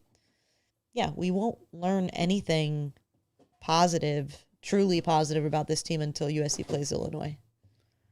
The way I look at it, they're going to win by 16 on the road. After a 3-hour delay. Away, after 3-hour delay. On top of leaving a ton of points on the board in the second half on offense. And that's not even addressing the defensive side of the ball. Yeah. And again, 17 points and 7 of them were insane. And the quarterback played well. And Mayava looked good. The running backs all look good. The wide receivers had some big moments. I don't think it was a bad performance. I think it could have been a better performance. But it was also it was pretty spot on for what I expected, to be honest. Just uncomfortable enough to not be fun. But also, realistically, never truly in danger. This game was never truly in danger. They left the door open for it to be in danger, but it was never truly there. So, it's a win. I won't say a win is a win, because you shouldn't have to say a win is a win against Purdue, but also. Alton said, really enjoyed the live reactions. Thank you. I appreciate that. I hope you guys enjoy. These are fun. Badger's now eating something else that I don't know what it is. We'll do the CarCast and sort of process this game a little bit more. Yeah, I'm going to schedule it for 7:30. We got to take the dogs out. We'll probably be a few minutes later than that. Jose, did you post the link on Twitter? No, I never did. That was... Damn. Well, next time. There is always next time, and there will be a next time, because we will be doing this again next week against Michigan State at 8 p.m. Pacific. Big Ten After Dark. So, all right. You good, Michael? Yep. See ya.